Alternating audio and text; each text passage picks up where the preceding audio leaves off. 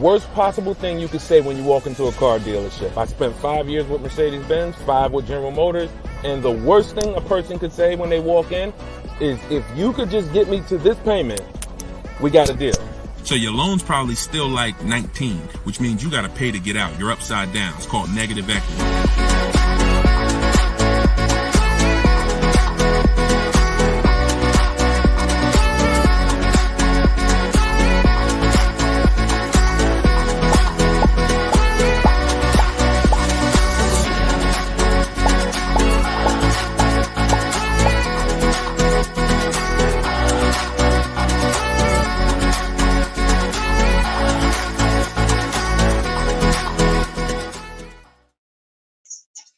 Welcome. Let me mute this because I got the audio going on my phone. We're on Instagram Live. This is our May 7th, Tuesday, May 7th, Car Questions and Answers live stream. I am your host, Deshone the Auto Advisor. You may see these broadcasts throughout the week on TikTok, on YouTube, Instagram, and Facebook. But whenever you don't see the banner above me, that means you're watching one of our live shows, so you guys can start typing your questions. If you don't know me, my name is Deshone the Auto Advisor. Let's get the quick housekeeping out of the way before we start bringing in questions. I've been in the auto industry since 2006. I left in 2020 after the pandemic. Since then, we've been focused on car shopping education, teaching you how to get the low market prices on your leases, your new cars, and your used cars by bidding and looking at multiple offers, making dealers and banks bid for your business versus how you've traditionally shopped. So that is what we do. I'm also the author of the pretty much 5-star rated digital book. It's called Cars from Home, and we're currently rated 4.94, goodreads.com. Just want to get the housekeeping out the way for those of you who don't know me. For some of you who've been on the show before on the stream, welcome back. But for those of you who don't know me, this is my new digital book. It's called Cars from Home. You can get your copy for 75% off the normal price by going to my Instagram bio, the TikTok bio, or if you're on Facebook or Instagram, you can actually scan this QR code, Facebook or YouTube. You can scan the QR code, or you can go to deshonebook.com. We have a link in the comments for you.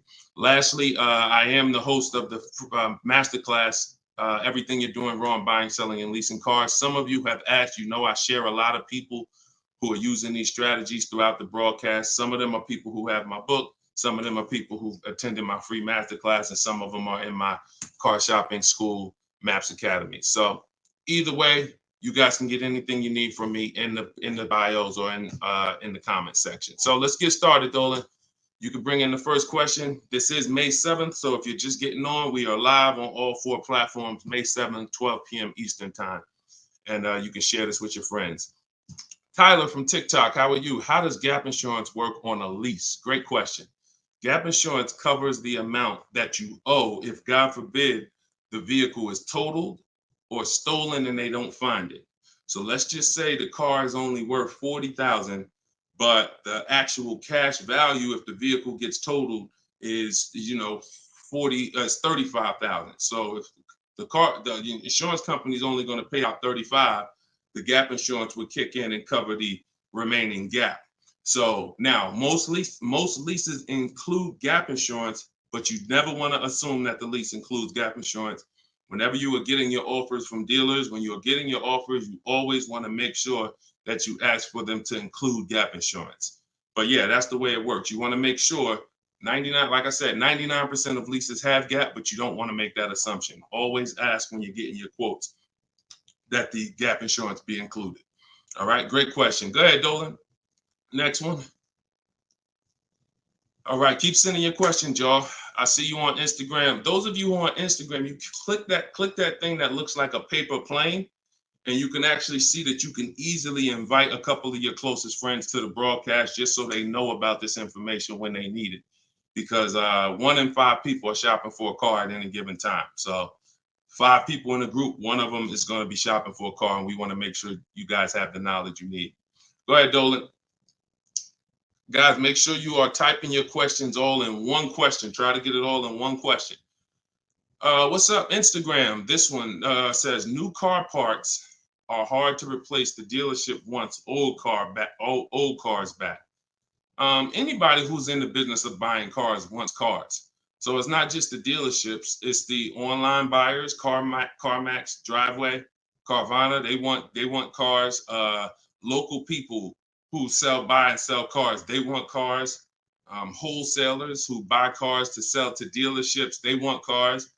If you get what I'm saying, you understand why you need to be making people compete. See, we take one buyer. That's what you've been taught to do. You've been taught to take one buyer, one person who wants your business, and give them the opportunity to negotiate.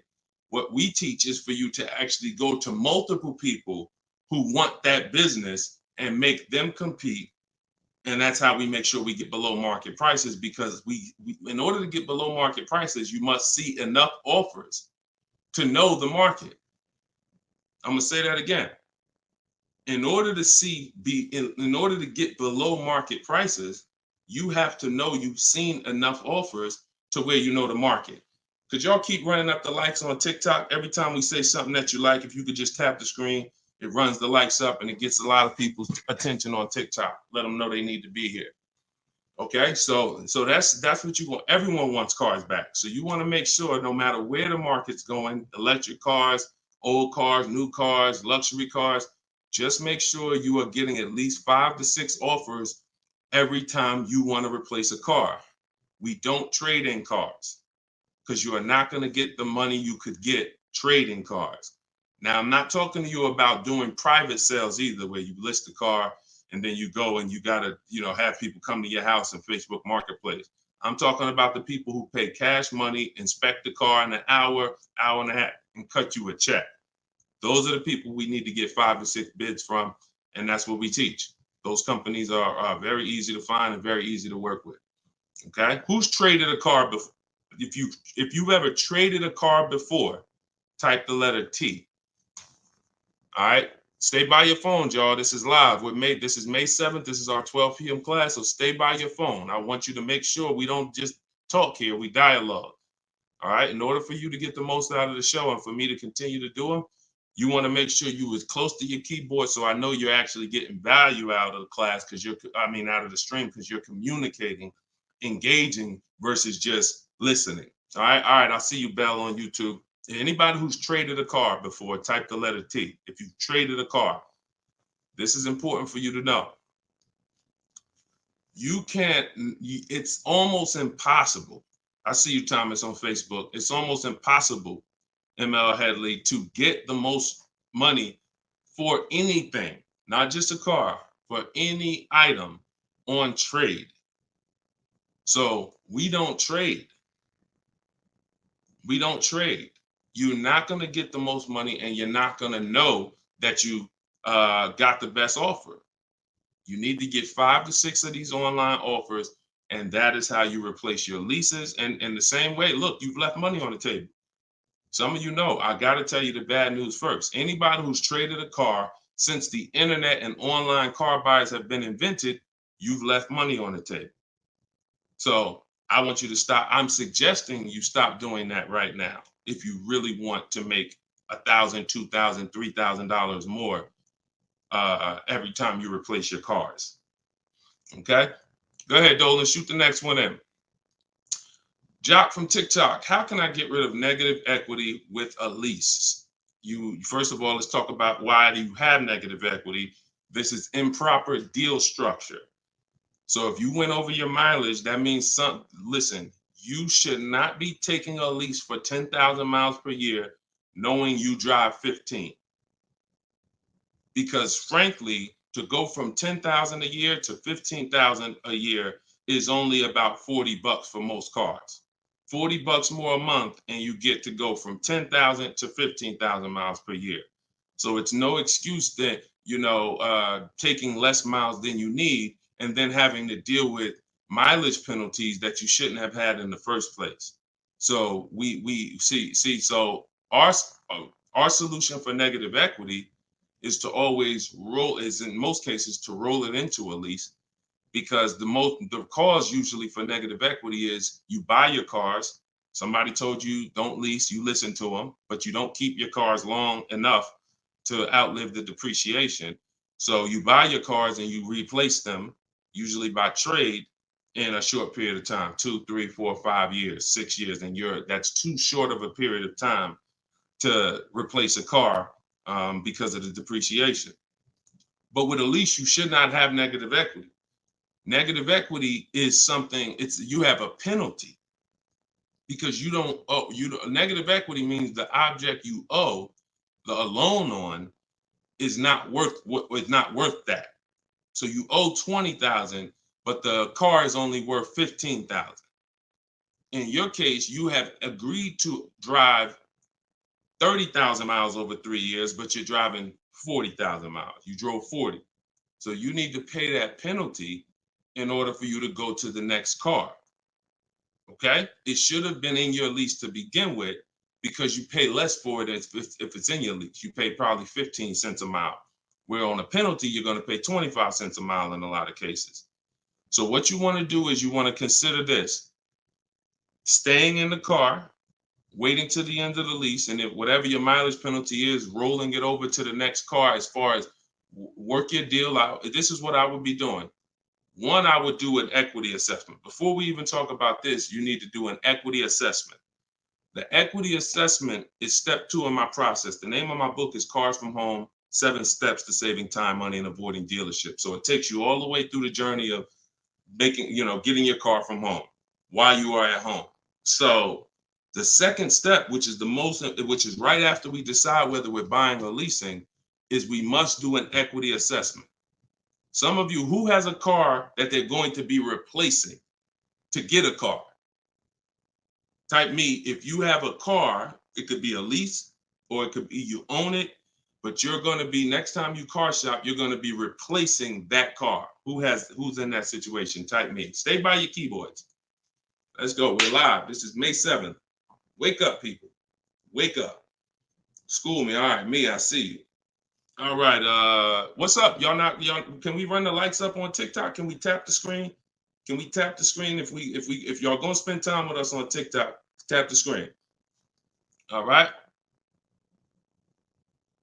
Okay. Let's go. Let's go.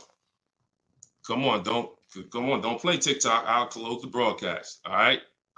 Y'all not paying me nothing. Okay. So I'm asking you for a tap of the screen if you want to stay on with us. All right. We could definitely go TikTok. We could go Facebook, YouTube, Instagram if y'all acting funny today. We got no problem. All right, I appreciate it. I see y'all now. I see the lights running up.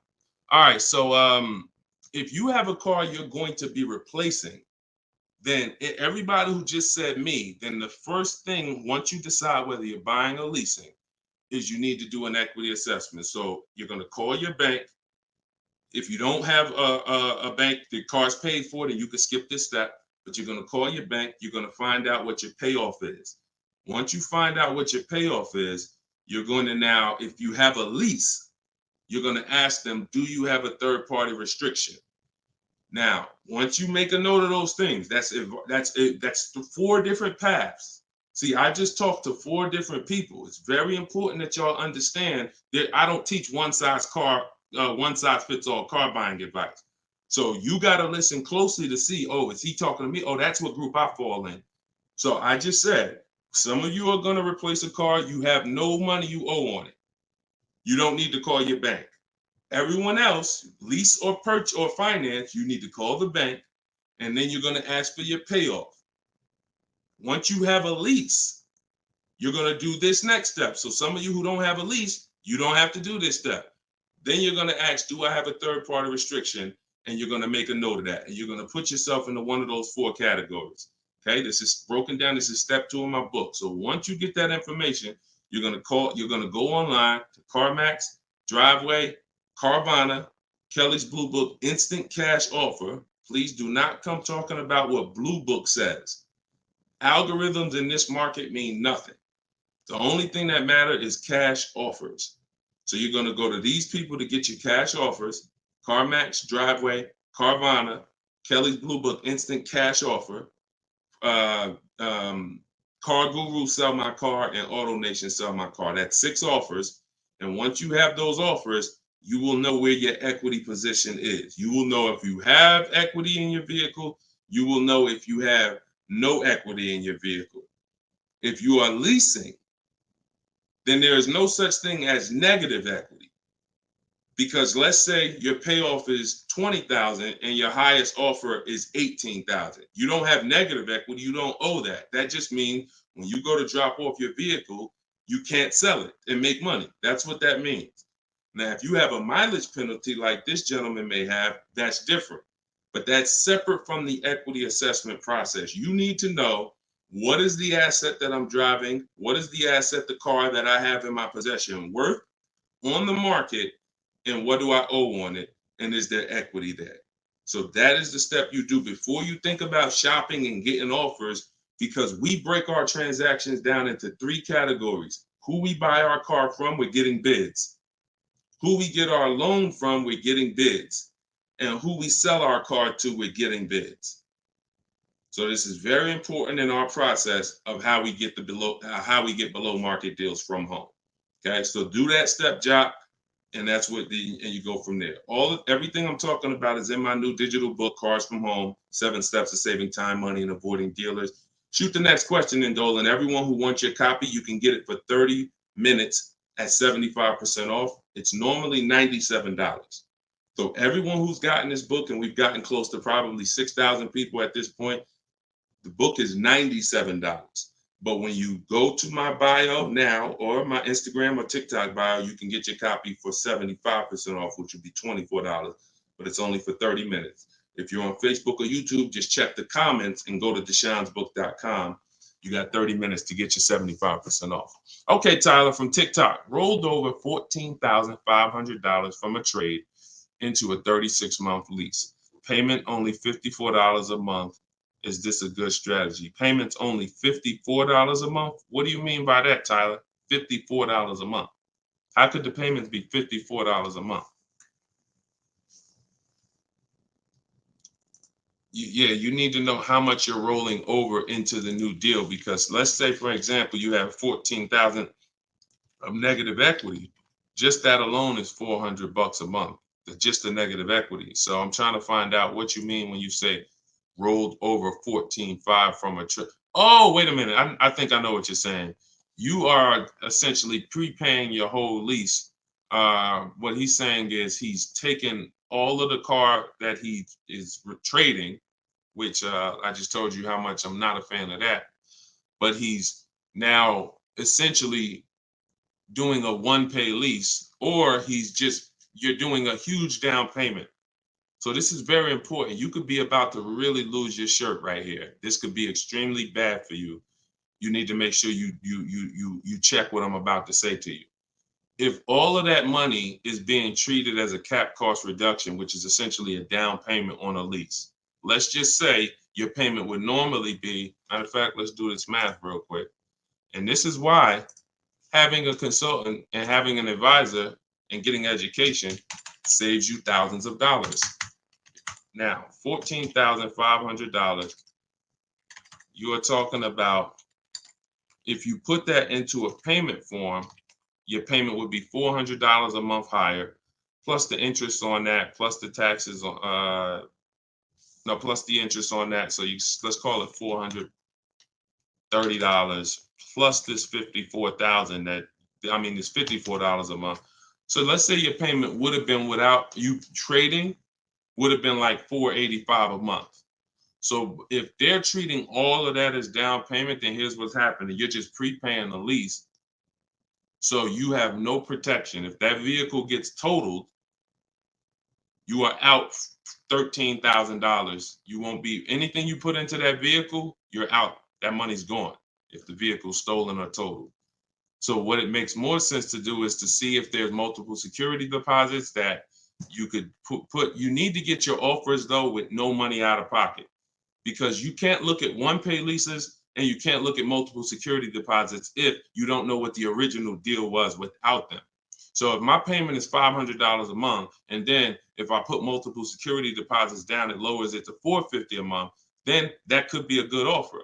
If it lowers it $20 a month and I got to give them $6,000 to hold, then it doesn't make financial sense. That's not a good return on you holding $6,000. But I'm always comparing it. This is something we teach called advanced leasing strategies. This is not for everybody. So but you need to determine when you're doing a one-pay lease, all you're doing is giving them all of this money up front so they can lower the actual interest on the lease and see what the payment comes out to with the lower interest. So you have to get offers without down payments. This is why I'm saying when we shop, we never shop with down payments, whether we're buying cars or leasing them. We never shop with down payments because when you're putting all this money in, you can't assess the deal because you don't know how much of this being a low payment is because I put all this money down. You need to know you have a deal before you consider what monthly payments is going to be.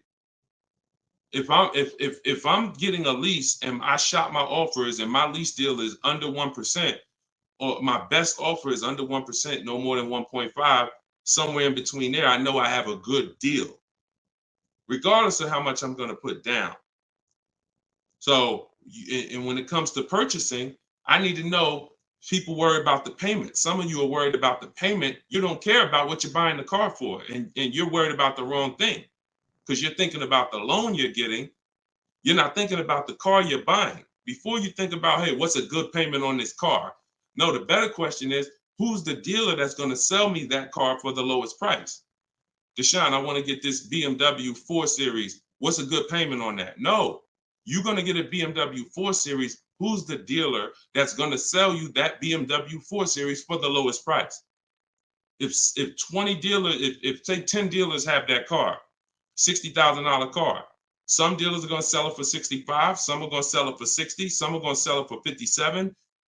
You need to get these offers before you worry about what the payment's going to be. And that's a whole different philosophy. This is what I teach.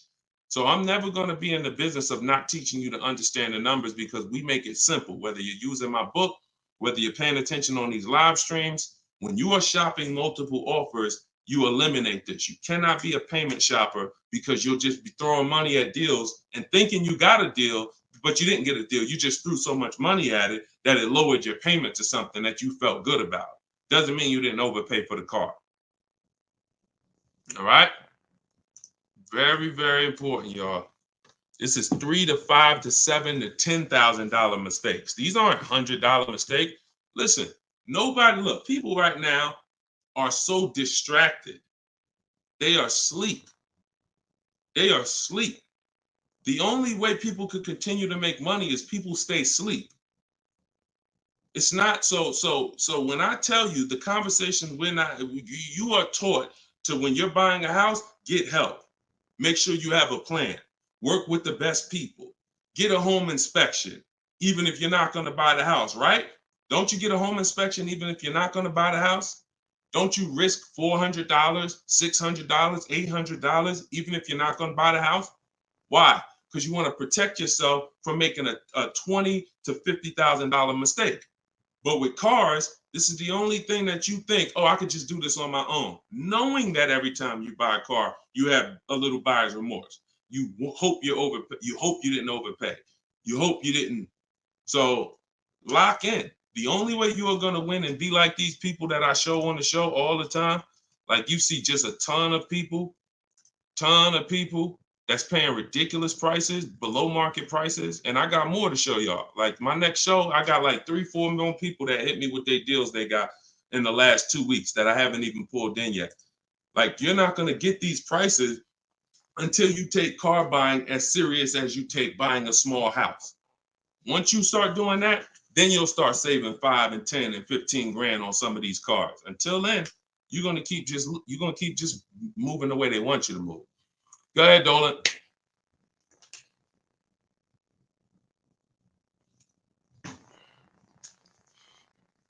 Is there any way to get out of a car with too much negative equity? No.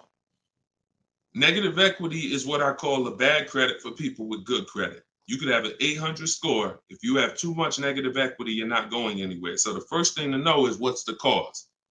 See, we could sit here and we can cure the problem, but until we know the cause, you're just going to go and you're going to repeat the problem. The cause is you're not leasing, but you're not keeping your cars 8 years.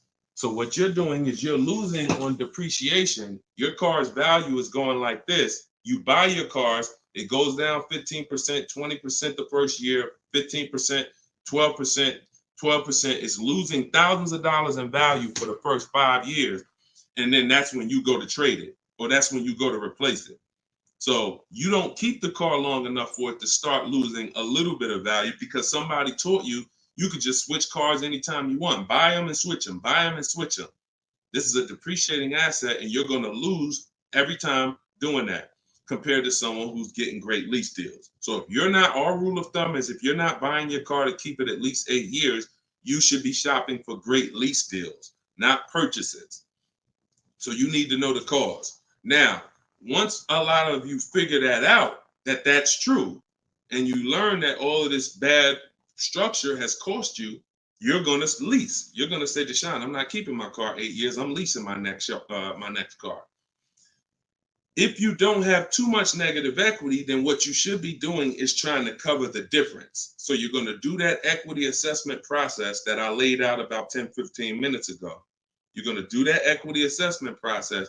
If you only have a $1,500 to $2,000, $3,000 difference between your best offer and your highest offer, I mean, let's say you owe 20 grand, but somebody's going to offer you 18, then I would pay off the difference all day long because I'm still winning with a bidding system on there.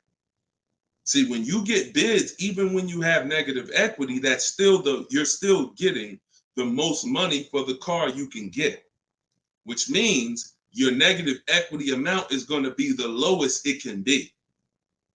So you always want to explore if I could pay the difference between my highest online offer and my negative equity, that's the best. Because once you can't do that, now you eliminate the ability to be able to participate in a bid because you have to trade. This is the only time where we have to trade because you need somebody to finance that negative equity because you can't pay the difference. You don't have the cash to pay off the negative equity. See, if I know that I can cover my negative equity by selling the car to CarMax and I pay $2,000 and I'm out of it, that means now I can get bids for my replacement car, which is what we do. So I can get the lowest bid for the car I'm buying, the highest bid for the car I'm replacing, the lowest bid for my interest if I'm buying. Once I have to trade because I have too much negative equity, I can't do that.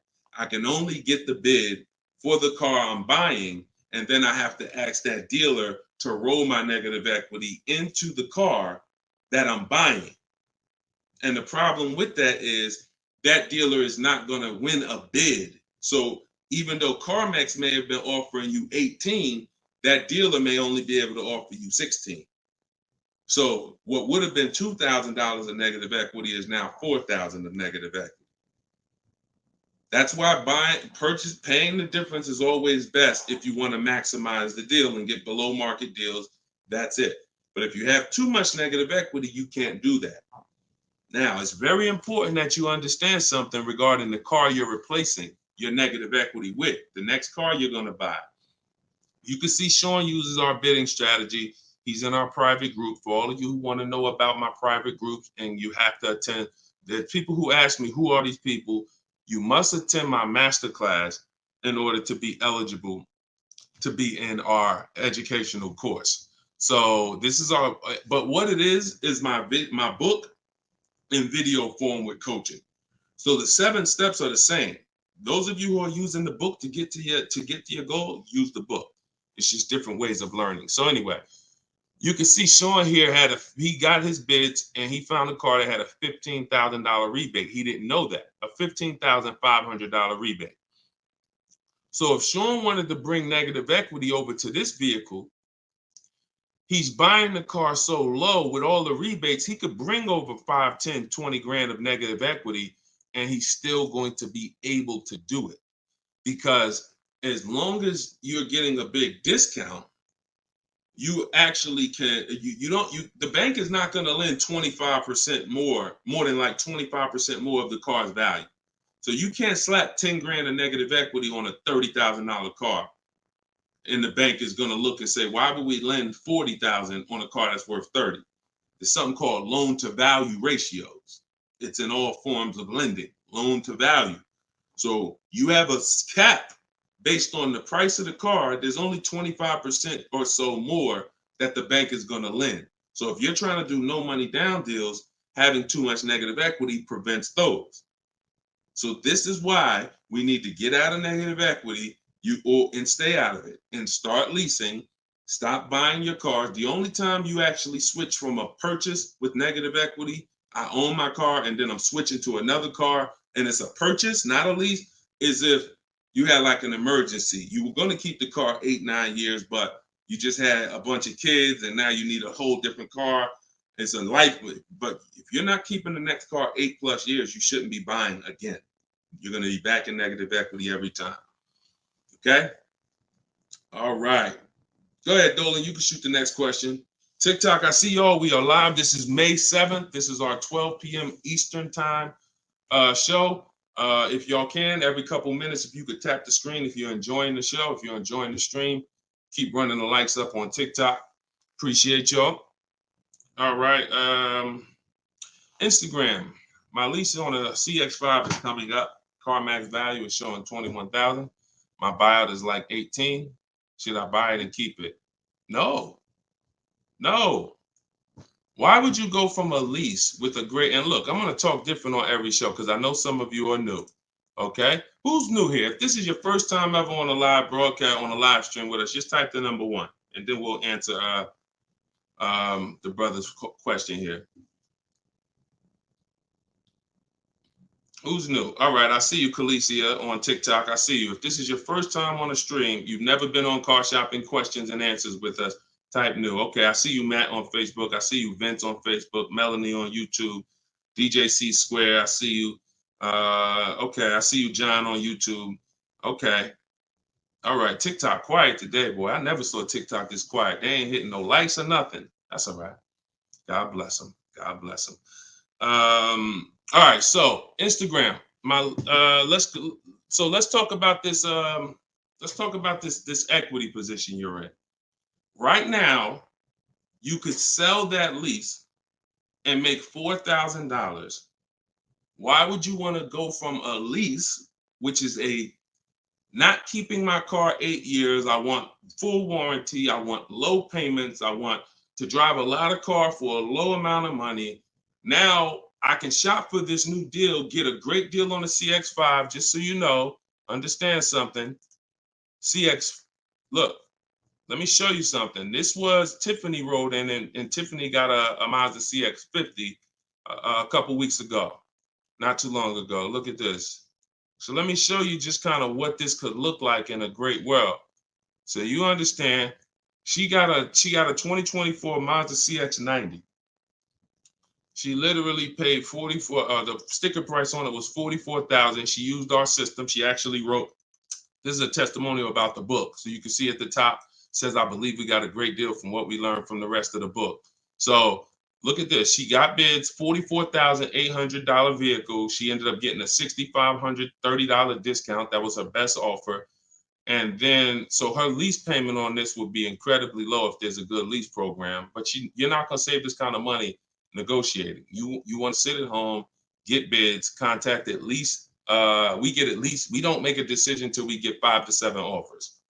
We will not make a decision on a car until we get 5 to 7 offers, because 80% of dealers are overpriced. So you say you can get you might be able to get a lease price on this car for, $400 a month, no money down, for, $450 a month. Something, it might be lower. I don't know what the below market deal on your replacement Mazda is going to be. And then you could actually put that 21.4 in your pocket. So you could say, hey, the difference. So you would sell the car to CarMax for, and you would make $3,400. Just so you know, my mother sold her Mazda 2 years ago when the prices were real high, and she made $10,200. So why would I go from being able to do a deal like that, getting a new car, low payment, no money out of my pocket, put $3,400 from my old lease into my bank account? Why would I want to go from doing that to buying a used car, which is buying a 3-year-old Mazda, which is what you're suggesting when you say, should I buy it and keep it? What about that deal makes it better? If you figure this, Your buyout's 18. What's the payment on $18,000 plus taxes? 20 grand, 21 grand. What's the payment? 400 a month for 5 years. So why would I go and buy a 3-year-old used Mazda for 400 a month when I could go and I could lease a brand new Mazda for 400 a month and then turn around and again, if you're not buying this car to keep another 8 years, it makes no sense to buy a used car right now. It makes zero financial sense. Not only that, you're gonna spend the same amount of money over the years that you could have drove brand new leases for. There's no benefit. There's no benefit. This is what it is. We've seen this thousands of times over the years, hundreds at least. You know, I know it's happening thousands of times. People are buying their leases every day. They're not realizing they're just buying a used car. That's all you're doing. So I go from leasing to buying a used car, which means something in me has to change. Those of you who are buying used cars, you should be buying them to keep 8, 9, 10, 12 years. Not 4 years, 5 years, 6 years. You're driving old cars for the same prices you could be driving brand new leases for. Same prices. So why would I drive a bunch of older cars, 5, 6, 7-year-old cars? By the time I pay it off, it's 10 years old, 11. Why would I do that if I could be driving brand new cars for the same prices? So it's important for you to understand. That's why this is the first step in my process is we got to know, should we buy or lease? And the only people who should be buying are 8+ year people. The goal is to keep the car 8 or more years. Then we're going to buy it. Yep. I'm here. I see you. You know, I always butcher your name, but let me just call you EP. EP, I see you. Go ahead, Dolan, shoot the next one up. We got a couple more minutes. We're on here for a couple more minutes. How do you negotiate a purchase online? Looking at a car 3 hours away and I'm not able to go in person. So what I would do if you've done all the research to make sure that car is a great below market price, if that's a below market price, then what I would do is I would call and verify that there's no fake fees that are not online. So when you see a car that has a $28,000 price, we're going to call and make sure that what the fees are should only be tax, title, documentation fee. Tax, motor vehicle fees, and documentation fee should be the only prices, only fees. And once I verify that, what I'm going to do is I'm going to go home. I'm going to get out there immediately, and I'm going to see the car. And if it's a great price where I'm saving $2,000-3,000 above below the market value on those cars, then I'll go out there and I'll make sure that I post up in a motel for one day, because you never want to go out there and take the car immediately, because unless you're paying cash. If you are paying cash, that's different. But if you're getting a loan, we need at least one day to do our bank bidding process. Because you could go out there and say, all right, now this is the best price on a used car. Yeah, but now I'm going to pay 2 points, 3 points more in interest, letting the dealer get me the loan. So I'm essentially giving that $2,500 or $3,000 that I saved right back to the bank. I'm not giving it to the dealer, but whoever the bank is. So we always need one day to come home, let banks and credit unions bid so we could get the lowest interest rate. And then we call that dealer and we let them bid against it. But that depends on how you're going to pay. But that's the process. You get out there, you test drive the car. That's why all of our used car research is done from home. All of our used car research is done from home. By the time we get to the dealer, the only thing we're doing is going there to test drive the car and lock up the deal. The prices we've already verified is the lowest prices in the market. So once we verify there's no bogus fees, that's our process for wrapping up the deal. That's right, man. You know I'm always watching and unlearning and relearning, boss man. Appreciate you. I appreciate you, EP. Always a pleasure. All right, go ahead, Dolan. Yeah, some of you are looking for your used cars locally. There's no way you're getting the best prices. If some of you are looking for your used cars 25 miles, 50 miles, 100 miles, there's no way you are getting you're getting below market prices. That's just not enough inventory to look at for you to see, Oftentimes, it's literally a dealer that's an hour, 2 hours, 3 hours away who may not be in the city. They don't have the traffic that that person has, and oftentimes they'll have a below market deal because of their particular circumstance. So if you're just shopping 10, 25, 50 miles outside of your radius, that's just not enough of a radius to get the below market deals. My brother leases up, he's over miles. Equity assessment. That's it. I just went over that about 20 minutes ago. I can't go over it again because there's people who watch the stream and it's not fair to them, but we do have this stream on replay. If you go to YouTube or if you go to my Deshone the Auto Advisor Facebook page, and you can find the section that I did only on that. Okay, it's called the equity assessment. We had another person on here that's over miles. And, once you do that equity assessment, then you want to weigh that, compare that to what the mileage penalty is. Because some people, the mileage penalty is only going to be $750, $1,000, $1,500. You could have that rolled into your next lease offer. What you do is just negotiate your best lease offer and then say, hey, look, I need you to cut a check for, $1,500 to my old lease company. Now that's going to raise your payment. So if I got a below market deal, let's say, give you an example. Let me show you with a real life example. So, so Charles, let's say Charles, he gets his Hyundai Palisade, he gets it for $597 a month, but he has a mileage penalty of, $1,500 that he needs. This dealer who won his business, he needs them to pay that to his old lease. So they're going to cut a check for $1,500, but that payment, that $1,500 now goes into his new deal. So it's just like negative equity. It's going to raise your payment up, which is why we bid this out and we don't bring stuff over. We don't bring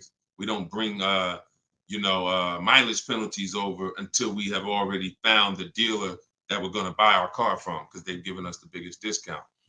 But yeah, that's what you would do. And whatever the mileage penalty is, you're adding it to your next lease. So you're paying it either way is the point. You're not getting out of a mileage penalty. It's just all about and the only way you can get out of it is if you sell the car. So that is how you get out of it. Because when I sold my Jeep Grand Cherokee lease, I was over miles by probably, I think I had 42,000 miles on it, and I contracted for like 39. But that's because I extended the lease.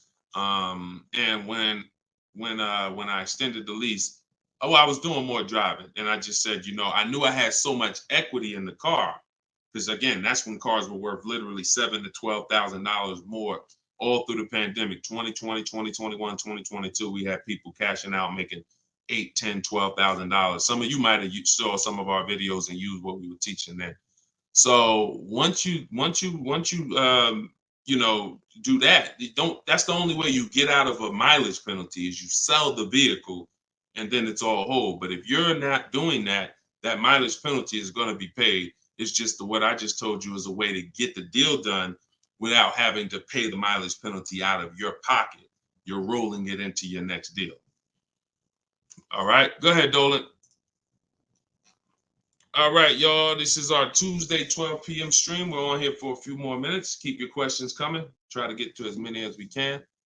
Everything I'm teaching y'all, if you guys do not want to remember this, if you're like, Deshone, I want something where I can see step-by-step your plan, you want to go to deshonesbook.com. We got the banner on the screen. If you're watching us on TV, you can scan the QR code with your phone, and you can get my new book. It's a digital book called Cars from Home, 7 Steps to Saving Time, Money, and Avoiding Dealerships for 75% off. So you'll get it for $24. You won't pay the normal $97, but it's only for 30 minutes, okay? After 30 minutes, it's normal price. You guys that are on TikTok, you can get yours in my TikTok bio. There's a website there, as well as in Instagram, my Instagram bio. All right, get your 75% off if you don't want to get it, if you don't want to remember any of this. All right, so Guitar Jams, YouTube, what's the best price to negotiate over sticker price? For example, a car is a $26,000 sticker, but I'm only wanting to put $27,000 in cash. Is $1,000 difference enough to avoid all BS fees? See, that's a problem. See, let me show you how you're actually hurting yourself by doing this. You're not getting bids. You're not getting multiple offers. If you're looking at a new car like this, a $44,000 car, You go in and you assume what a good deal is going to be. We never assume what a good deal is going to be. We have to reveal what a good deal is by getting multiple offers from home. So we sit at home. In my way, we use the computer and we're going online and we're going to dealers' websites. I have scripts in my book. So all you're doing is copying, pasting my scripts to use this. Now, if you're doing it your way, you just want to make sure your goal, you could do it by phone. I don't care how you do it, but your goal is to get 5 offers. Because until you get 5 offers on these new cars and on these leases, you're not going to ever know what the best deal really is. Because 80% of dealers are overpriced. So when you look at something like this, if you said, okay, $44,820 car, like the one I got on the screen. If you went in there saying, well, I only want to pay $46,000 all in. Look at what she paid. She paid net $40,300. Look, this was her base price. She got $38,289. Her net price was $40,300. So if you would have went in here on this car saying, well, it's 44, look, I'll give you 46,000 all in. You would literally have overpaid more than Tiffany by $6,000. Let that sink in. You can't go in feeling for the bottom, brother. You will certainly get somebody will take a vacation on you. Their commission they're gonna make, well, that's probably an $8,000 profit deal to the dealer, $6,000 profit to $8,000 profit, and somebody's getting a $1,500 commission on you because you just went in. Oh, let me guess what I think a good price is going to be. Not knowing if there's any rebates on the car, not knowing anything about it. I'm just going to guess. Look, what if Sean would have went in? Look, what if Sean would have went in talking about, this truck is $73,000. I'm gonna offer them $73,000, but they gotta include all the tax, all the fees. I'll give you the asking price, but you gotta include all the tax and fees in. Look, he ended up getting with bids $57,000. He would have overpaid by $20,000, $15,000. And I'm sorry to tell you that some of you are doing it every day. You've done it on all your cars. You've overpaid, not using these strategies. And I want you to stop. You're free to do what you want to do. You want to stay in the old way. But the people that you see that are getting these deals, these people that are posting, listen, when you get a great deal, you post the deal. See, when you get a car, pay attention, yo. Pay attention to what I'm about to say. It's very important. When you actually have strategy to get great deals, you actually post the deal. This is our private group where we post our deals. Look, people are not just happy about the car. Look, Eddie, I ended up getting multiple offers, got a Toyota Camry hybrid. This was last year when these cars were literally on fire. Look, quote, getting quotes as high as 10 grand over sticker. Look, I got $2,086 under sticker. $10,000 over sticker was his highest quote for this Toyota Camry hybrid. There are people who paid that. There are people that paid 5 grand over sticker for the same car Eddie got. There are people who paid sticker. Thought they were getting the best deal. Man, I got mine for sticker. He got his $2,086. Some of you who might see this broadcast, you might have said, you might have the same car. Deshone, wow, man, I got that same car. I paid 4 grand over sticker to get mine. Yeah, Eddie at the same time, same year, paid $2,086. Sorry to tell you, but you overpaid by 4 or 5 grand. This is real. We're not sitting up here doing this talking about hundreds. There's nothing y'all hear me talk about in these streams that had hundreds of dollars. And frankly, unless you are rich, you can't afford to lose $2,000, $3,000, $4,000 every time you buy a car. You can't afford it. This is where you're losing. So what I would tell you, Guitar Jams, is do what I just said over the last 10 minutes. Get bids. If you want the system for doing it, that's in my book. If you want to do it your way, I don't care how you do it. Just get at least 5 to 7 offers so that you can see where the best offer truly is. 8 out of 10 dealers are overpriced, and you don't know how bad they're overpriced until you get all your offers. 10 grand overpriced, 5 grand overpriced. All right. Go ahead, Dolan. Shoot the next one in. Great question, though. Can you get a deal when you build your own car? Absolutely, Sherry, but you want to get those offers before you agree to buy something from anybody. So if I'm ordering a car, I'm getting 5 offers, 10 offers. I'm getting 5 to 7 offers, not 10 offers. See, in my book, I have a process called the 25 to 5, where we connect with 25 dealers online in 20 minutes. And our goal is to get 5 to 7 offers in 48 hours. So once that happens, we don't order a car until we verify the car doesn't exist in the market. See, because when you walk into a dealership or call 2 dealerships and they say, oh, we don't have that car, but we could order it for you. Now, what are you doing? You only talk to 2 dealers. What about in the 25 dealers that we talk to? What if 7 of them or 10 of them have that car? So you just talked to 2. Now they got you ordering a car. We don't order until we talk to these 25 dealers online and they tell us, hey, nobody has it, or it's only 2 out there, then we might order. But that car could be sitting right around the corner from you, or 30 minutes away from you. People could have 5 of them. An hour away from you, people got 3 more of them. But because you're just local, you think, oh, I need to order this. We don't order until all of those dealers tell us we don't have that car. And then when we send out our order request, we're getting quotes from all those dealers. So we're getting probably at least 10 offers. When we go to order, we're probably getting 10 offers because all of those dealers we've already been talking to. And any of them could order us a car. I had a young lady 2 years ago, no, last year, the new BMW came out, the new BMW X4M, and she got quotes. And to order, nobody wanted to give her below sticker price. Some were higher than sticker. The person who won the bid was giving her $3,000 below sticker. But the car had a bad lease program though, so she ended up not getting it. But $3,000 below sticker. If she was purchasing that car, that would have been a ridiculous deal. Brand new BMW, new body style, $3,000 below sticker. But that's bids. And we do that in 45, 60 minutes. Before you even get home from the grocery store, we already got the bids, and we're not putting in 60 to 90 minutes to get this done.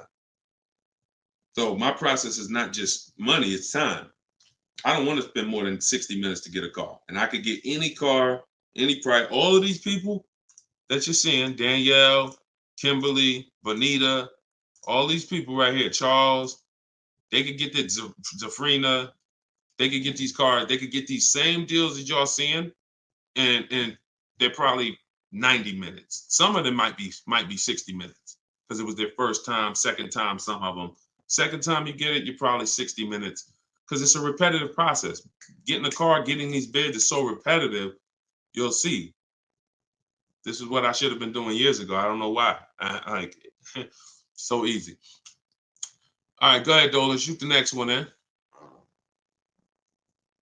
What's up, Sus? Ralph Morales. K. Michelle, I see you. That's not the K. Michelle, I know. What's up, John? I see you. Steps if the lease has a third-party restriction. So if the lease has a third-party restriction, we're going to get bids from whatever dealerships make the car. So if there's a Nissan and I have equity, if I have $2,000 or $3,000 or $4,000 in equity, then what I'm going to do is I'm going to call and I'm going to get bids from the local dealers, because a third-party restriction means that it doesn't mean you can't sell the car. It means you could only sell to a local dealer who makes the car. So we still get bids. We get 3 to 5 offers from used car managers. And whoever makes us the best offer gets the car. And then they'll cut us the check for any equity that's in the car. But we always need to get the offers online, because that's going to tell us if we should even be pursuing. If we don't have any equity, or it's at a break even online, there's no reason for us we don't have any equity in the car. We're just going to return the lease. But the process of doing this is to prevent what a lot of people have done. You dropped off your car 2020, 2021, 2022 at a dealership. If you dropped your old lease off and you didn't do an equity assessment, chances are you gave up a lot of money. And some of you are like, well, Deshone, I did that. I gave them back my old car, but then they gave me a great deal on a new one. You have no idea how much equity they used out of that car or how much they kept. It was, like I said, my mother had $10,200 in equity. She could have literally, they could have gave her, if we would have went into a dealer, they might have gave her 4,000 of the equity and kept 4,000 if we were lucky. So, doing an equity assessment before the lease in process is to prevent giving away any equity when we drop off our lease. All right, go ahead, Dolan.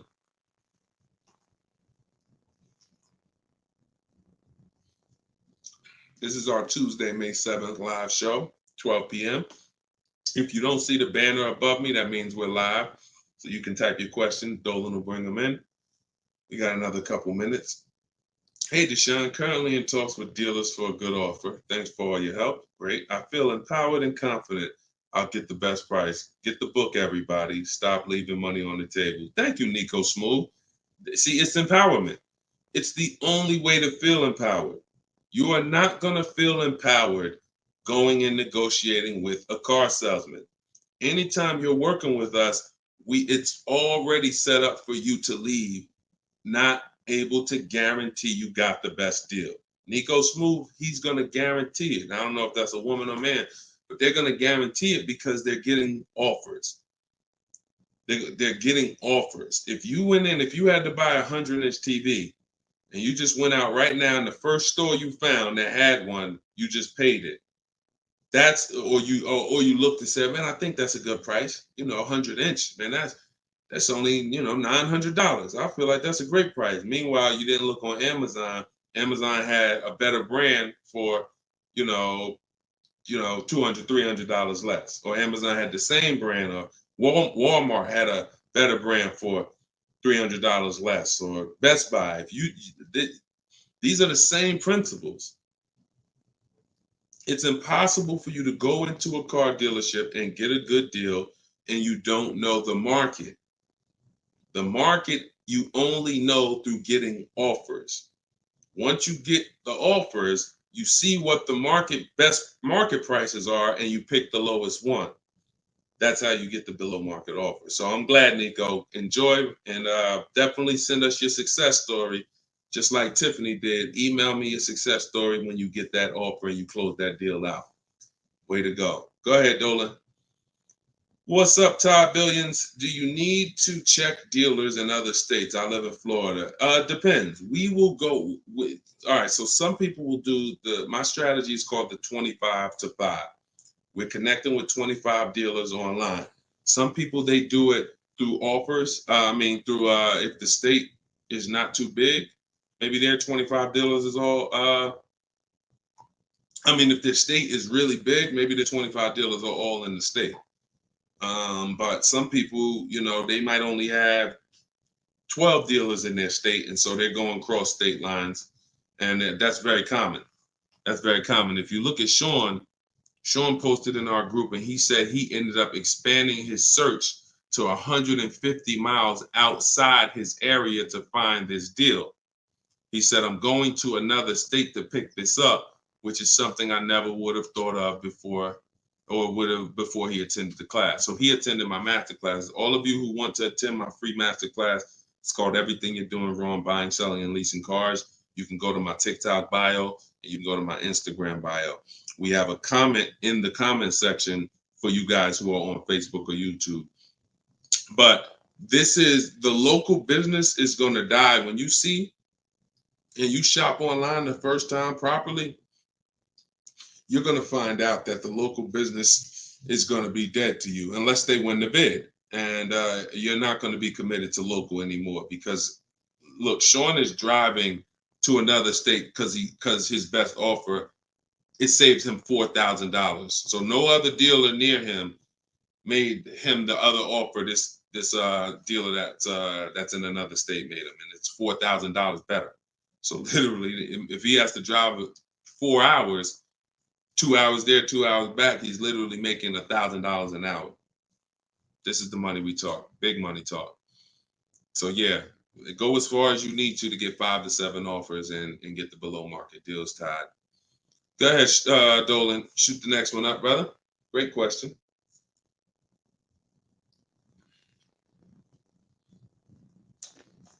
This is Charles Harris on YouTube. How are you?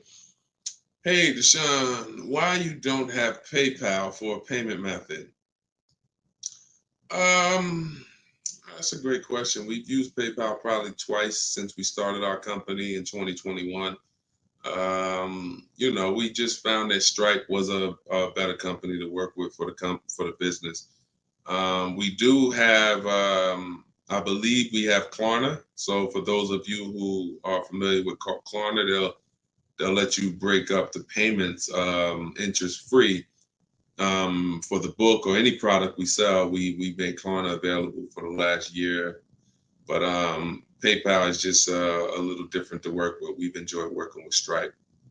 So hope that helps. Go ahead, Dolan. Right, we just hit the hour mark. Got a couple more. We'll try to take a couple more before we wrap.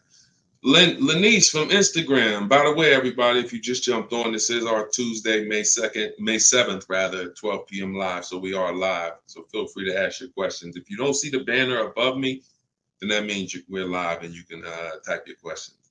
Is purchasing a car from Enterprise Car Sales a good idea? If in order for me, when we're shopping for used cars, like I have this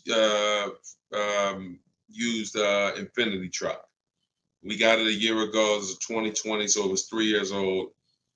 When we found that car, when I narrow it down to my top 3 to 5 used car options, they have the best title histories, the best service records, the best accident records. They're the best price in the market. They're below market. And then I verify what the brand new price was, because you can't know a car is great until you know the new car price. Because if a car was 50,000 and they're asking 30, that's different than a car that was 55,000 and they're asking 30.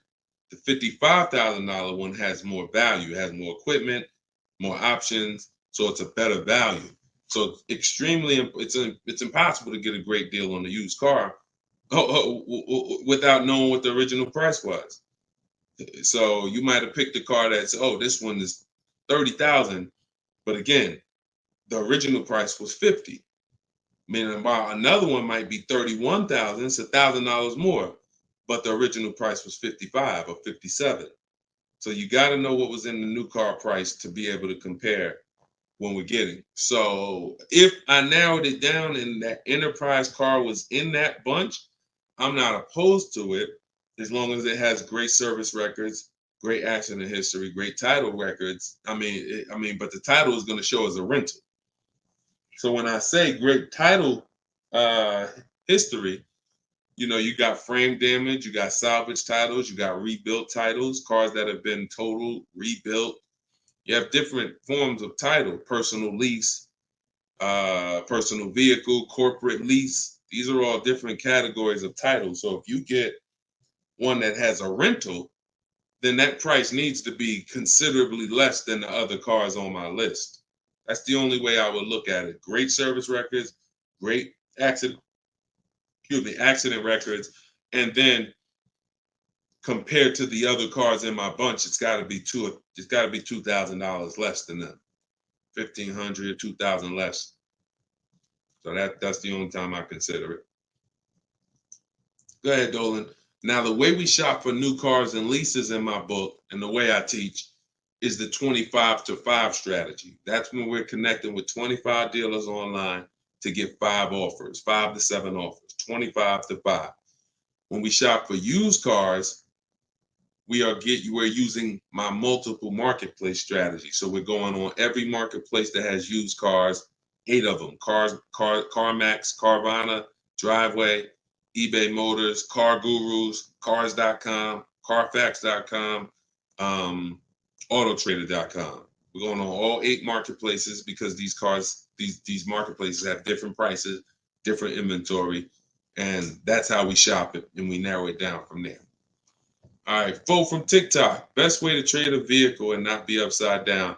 We already had 2 questions about negative equity. So what you want to do, Fo, is either go to YouTube and go to Facebook. The replays are there once we end the show. Just find somebody who had that same question. Somebody asked about replacing the car that they had negative equity on. Upside down, negative equity, same thing.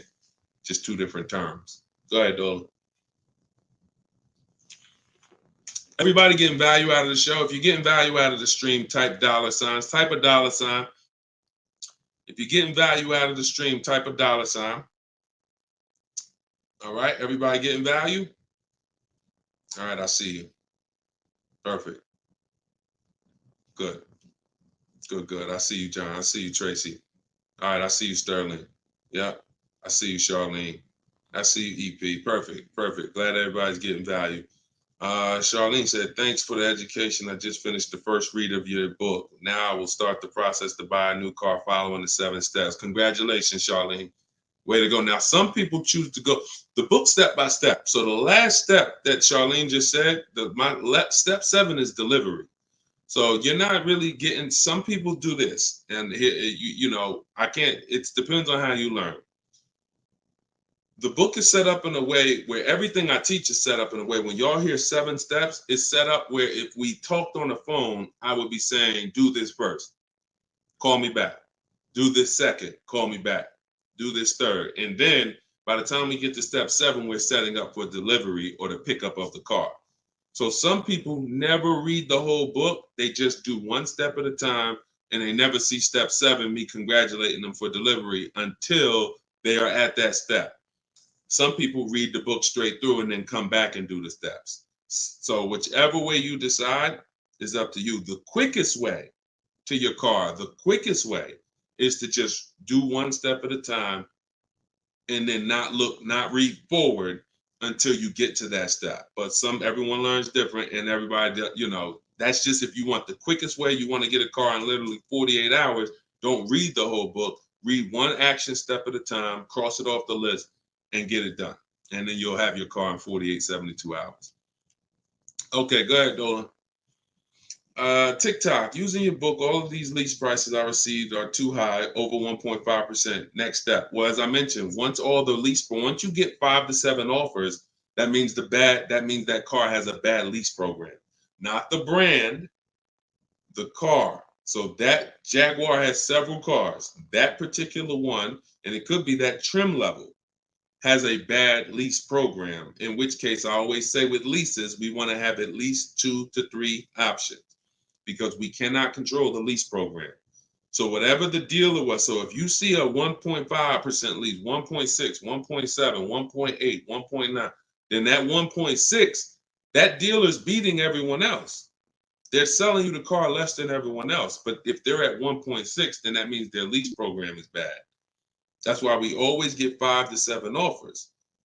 If they're all over 1.5, that means the lease program is bad.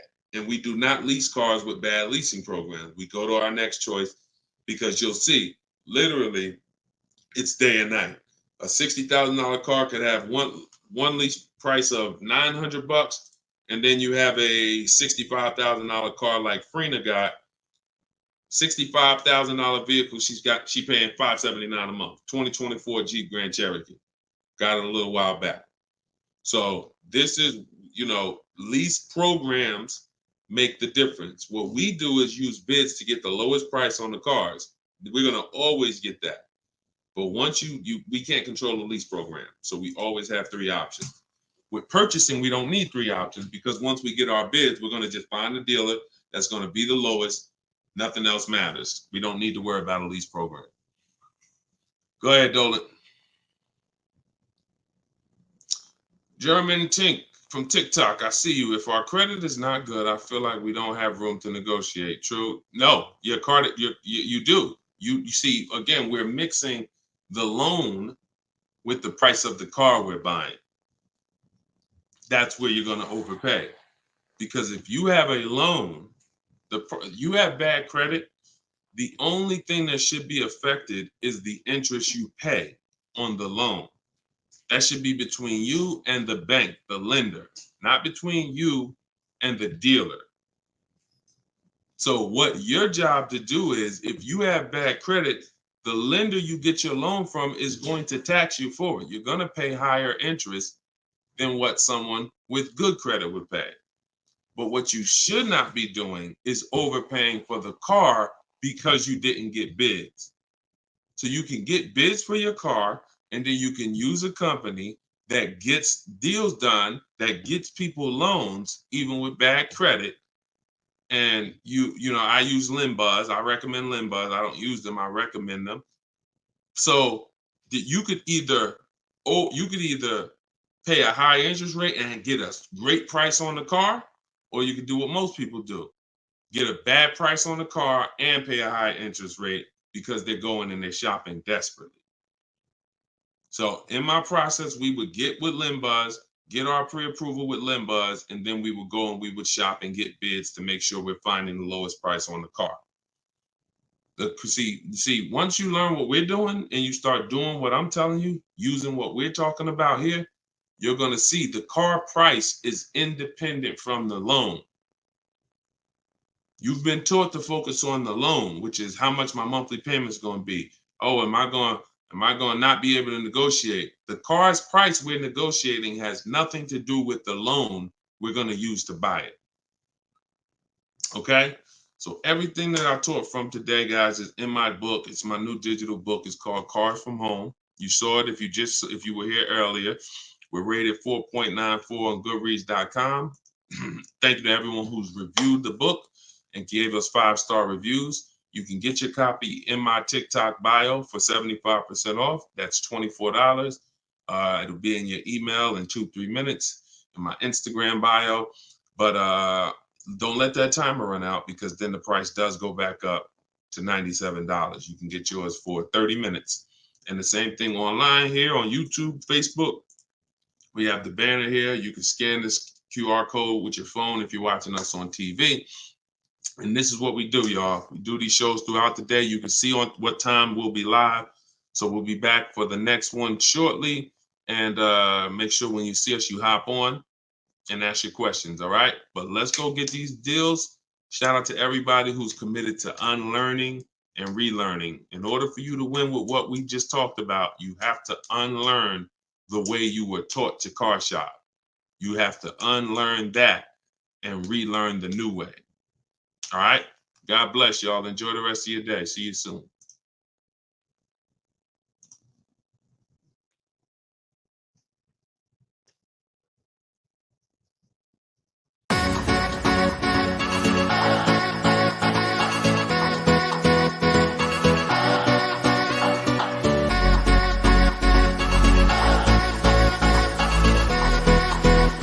The worst possible thing you could say when you walk into a car dealership. I spent 5 years with Mercedes-Benz, 5 with General Motors, and the worst thing a person could say when they walk in is, if you could just get me to this payment, we got a deal. So your loan's probably still like 19, which means you got to pay to get out. You're upside down. It's called negative equity.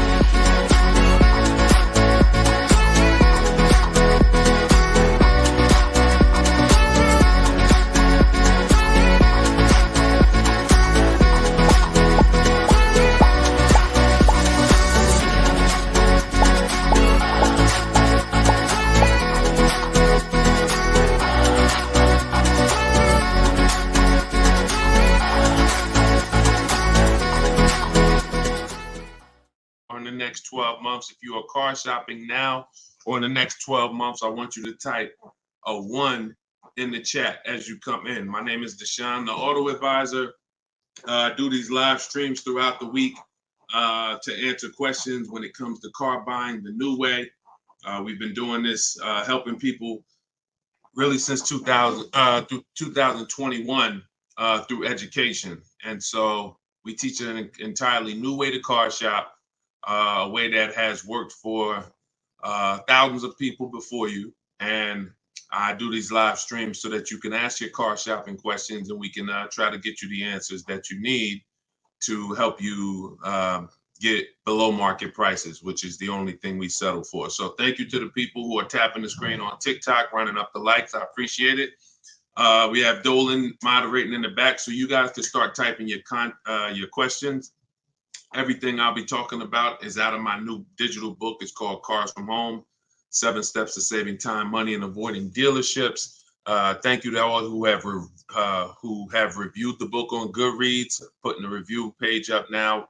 Thank you for helping us have pretty much a 5-star rating And everyone, as you're watching this, you can get your copy. If you like what you're hearing, if you like this new way that you're going to hear on these streams of how to car shop, you can get your copy of my digital book for 75% off in my TikTok bio, my Instagram bio, or we have a banner up for you guys. Or you can go to deshonsbook.com. So no matter where you're at, that's your special offer. All right. So Dolan, you can bring the first question in. I see you, Paper Chaser. Welcome to the broadcast.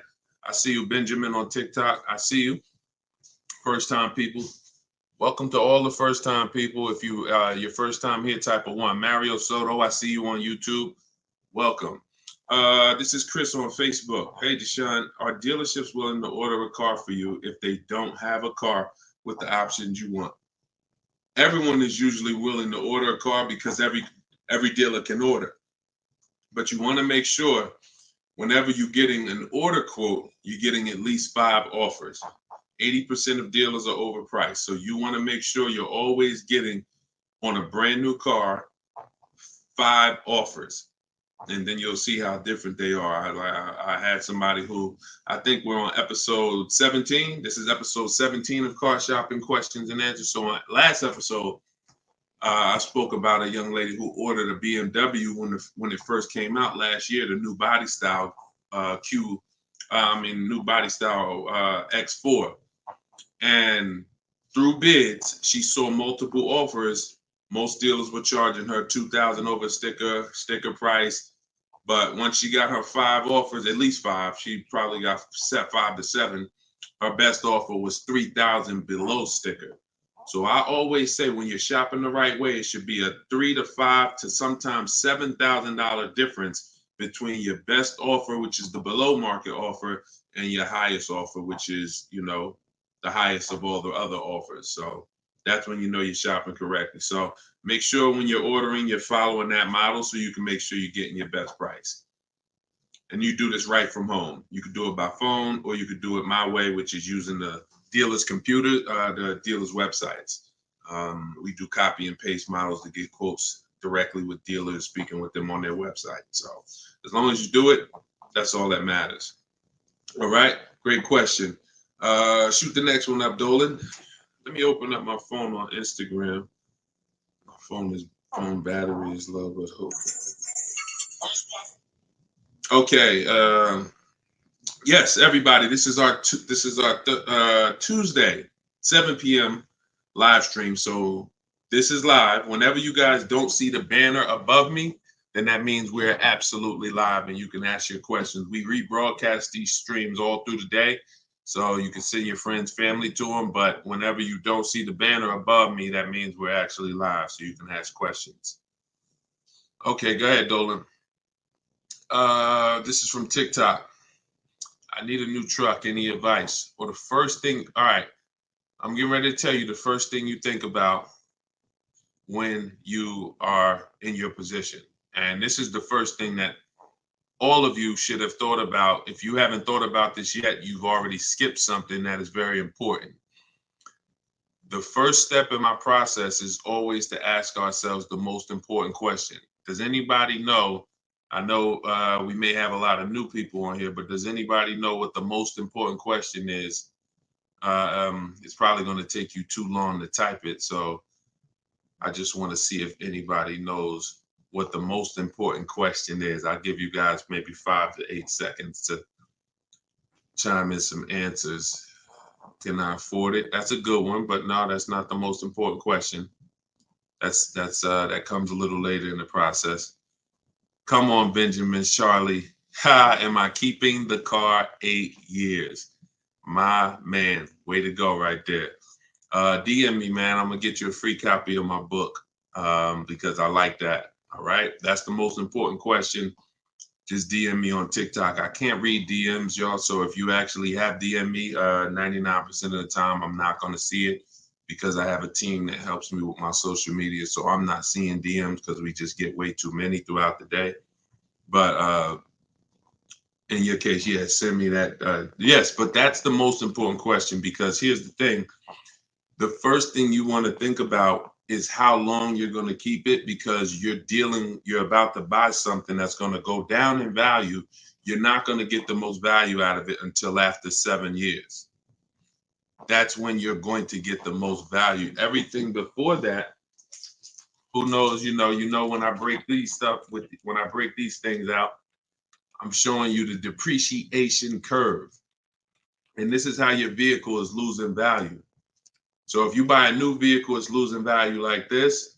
If you buy a used vehicle, it may be losing value like this, but it's going down thousands of dollars every year. So until you keep the car long enough, some of you are just not keeping your cars long enough to win, because you're turning around and replacing your cars while it's still like this. You're still losing $2,000, $3,000, $5,000, $7,000 a year, depending on the price of the car, in depreciation. Now, when you keep your car long term, you're going to beat depreciation, because eventually your car starts to, like, who has a car outside right now that's at least 8 years old? Who has a car outside right now that's at least 8 years old? Type how many years old the car is. I just want to demonstrate something, because if you skip over this, you're not going to be able to get a good deal. You can forget it. I'm telling you right now, I call this the most important question. If you get this wrong, forget about getting a good deal. It's impossible. And I'm going to explain why. This is not, if some of you are new here, I don't need to hype anything up. I love math. So I make math simple. You might not love math. I love math. And I know that when it comes to cars and buying versus leasing, it's a numbers thing. It's a math thing.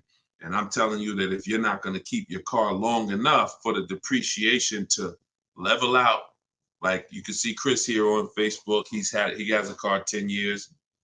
Carlos, 10 years. Tyranny on YouTube, 10 years. Okay. Yep, I see you. Kura Cindy on Instagram, 14 years. Jeff Walkus, YouTube, 15 years. Now pay very close attention to this. You'll notice that the way the amount your car is worth today, it's going to be worth almost the same thing next year.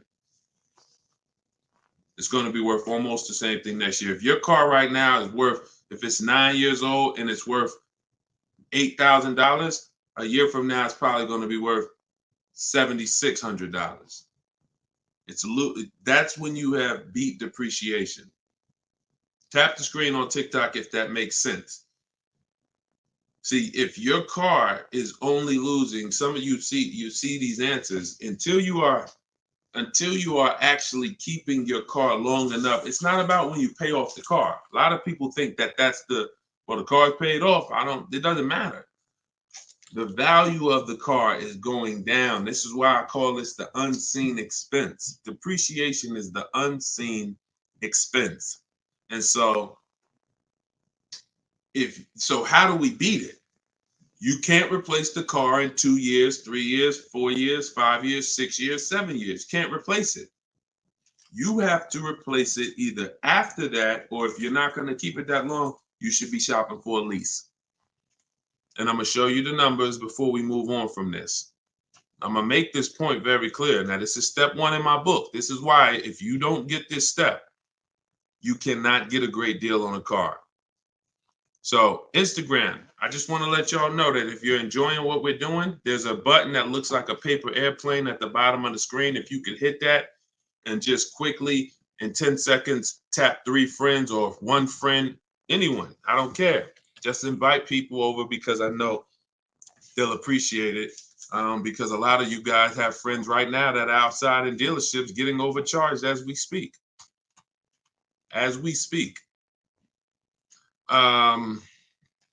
So when you look at long term, here's what you need to see. Look at this.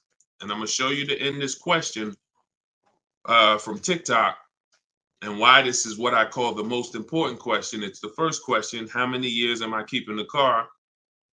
Because look at this. I'm going to use an example of this lease deal that Zafrina just got. So now Frina she shops for a 2024 Jeep Grand Cherokee. It's a $65,000 truck.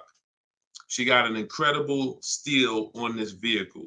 Her payment is $579 a month on a $65,000 truck. No money down.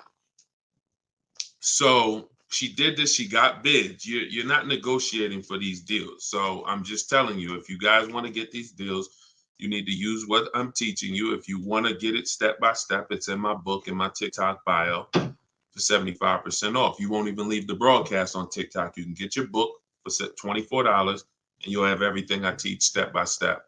And same thing on Instagram, in my Instagram bio. You can get it for 75% off for 30 minutes. So I want to show you guys this. And you know what? That lease deal is too great. I don't even want to use that. Let me use something that our average people are getting no problem. Like, because Zafrina's lease deal was just ridiculous. $579, $65,000 Jeep Grand Cherokee. From home, by the way. 60 minutes. Maybe she put in 90 minutes. It was her first time using this stuff. 90 minutes. So Danielle got $550 a month. First payment was all she gave them, so there was no money down. She got an Audi A3, $44,000 new vehicle. She's paying $550 a month. Now, I'm gonna ask you guys a question. Danielle gets this sitting at home. And look, she said, due to circumstances, because some people like Deshone, she might have had time, a lot of time to do this. You know, I need a car in like 30 days. Well, she said, due to circumstances out of my control, she posted this in our Facebook group. I had to lease something quickly. Yep. I took the course last week. And now, by the way, my book is my course. So don't think you have to get my Maps Academy to get this. My course is 7 steps in video form with coaching from me. My book is 7 steps in book form, and they're the exact same steps with the exact same scripts. So it's just how you, some people like Deshone, I win with the book, like Tiffany, other people who review, and some people do this. So it's all the same. It's just different learning. So the point is, I want to show y'all something. We're making a point here. So she got $550 a month, $44,000 car. How much is every $5,000 on a car loan, everybody? If you're looking, some of you have seen this in a video before. Every $5,000 that when you look at a car, you see it's $5,000, $10,000, $15,000, $20,000.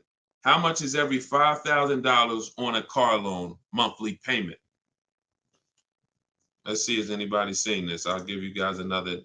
Thank you, Nico Smooth. $100, perfect. Carlos Thomas, $100. Yes. So that is BG Meats. Yes, $100. Perfect. Perfect. Blooming Chosen One. Perfect. See, so this is why this is important for those of you who are going to purchase, not those of you who are going to lease. You need to know when you look at a car, if you see it and it says $20,000, you need to know that that is about $400 a month. $25,000 is about $500 a month, depending on the interest rate. Great interest rate, you could drop it a little lower, but average interest rate, that's what you need to be looking at. And you need to be, that assumes a 5-year loan. Because some people say, well, Deshone, if I take a 6-year loan, no, it'll be lower. But 6-year loans should be the max. See, that there's different ways to budget. If I budget $500 a month and I say, well, how much car does that get me on a loan? 25 grand. Now that's for 5 years. So if I go find a car for 25 for $500 a month for 5 years, I did better than if I got a car for $500 a month for 6 years. So there's different ways to raise your budget. I have something in my book called The Perfect Budget. I created a calculator. It walks you through what I just said. See, what I just said is very important. Knowing how much you can spend if you get a 5-year loan, and then saying, all right, if necessary, I'll go with a 6-year loan and bump myself up, but I'm still below my max budget. But I'm not going $500 a month for 6 years. Can y'all tap the screen and run the likes up on TikTok? Keep running them up if y'all getting value out of what we're doing. So we're still making a very good point here, okay? I'm spending really most of this stream going deep on the first question. And I've never done this before, so we'll see if it works. If somebody said I have a new truck, new advice, any advice? So I went right into the most important question, which is leasing versus buying. How many years am I going to keep the car? And I'm now showing you why you cannot get a great deal on a car if you buy when you should have leased. So let's wrap this up. So we can see here, Danielle got $550 a month on an Audi, no money down. Now let's take the same vehicle and let's pretend she purchased it. She didn't know about leasing versus buying. She just listened to a bunch of people, bad advice, who say never lease a car. So she goes in, she's looking for the same Audi Q3, A3. It's her dream car. So, I've been wanting this for a while.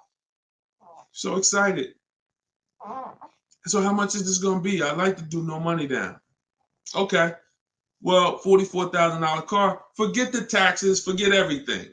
Let's just say, forget that. Let's say they throw that in. We'll pay the tax and everything. Let's say she just finances $45,000. What's her payment? $900. Some of you who are in the math, you would like Deshone, yeah, $900. So she drives out of there.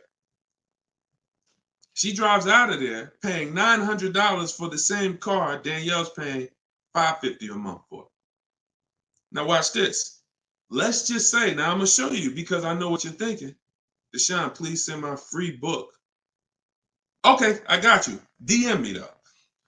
So I want to stay on topic here. All right, so let's just say some of you are like, well, Deshone, I got a great deal on my last car. I wouldn't pay the same price that Danielle could pay for. Let's say, what's an unbelievable deal on this $44,000 brand new Audi?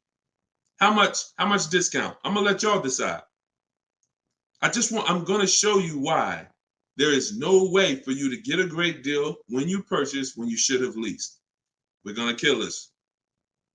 Some of you are gonna be set free right now. So let's just say, what's a great price? $44,000 brand new Audi Q4 A3. What's just a ridiculous discount? How much off? Let's say like the best deal that you could ever think on a brand new car. Look, all right, it's taking y'all a while to type. We're looking. What's up? Heck, none of y'all ever saved money on a car before? Some people, oh, Deshone, I didn't think we could get discounts on cars. All right, I like that. Nico Smooth, I like that. Let's say the person got $10,000 off. Okay? They got $35,000, which is essentially, let's say they got $35,000. The car is $44,000. So let's say they got $9,000 off, which is essentially 20% off the price of the car. Just brand new, nice, popular car. They catch the dealer sleeping, getting bids from home. $10,000, $9,000 off, $35,000. That's what they're getting the car for. Put your taxes on there, because now we're already being super unrealistic. We're not gonna be ridiculously. Let's just say taxes are on there. You know what? Let's just say no. How about this? Not only did she get 20% off, they paid the taxes too. So she really got like $13,000 off. We'll pay the taxes too. Just finance $35,000 even. What's her payment? The most ridiculous new car deal we could ever imagine you've ever seen, we just went over. To show you, no matter how good this is, she still is about to lose because she's purchasing and she should be leasing. Watch this. And I'm going to tell you, when the person who purchases wins, $700. Thank you, paper chasers. Lisa, $650. Those are the estimates. Where do we win at? Imagine if I just gave y'all a ridiculously unreal situation that will never ever happen, but just to illustrate, if that ever happened, 20% off the car, pay the taxes, her payment's still higher than Danielle leasing. So when does the person who buys win? When they keep the car long enough to outlive the depreciation. Very simple. 8 years. 8 years. It's no comparison. So like you're sitting there and you're like, Deshone, I bought my last car and I've been buying cars all my life. I was just taught you buy your cars, you don't lease them, but I never keep them more than 8 years. If that's you, I want you to type a sad face.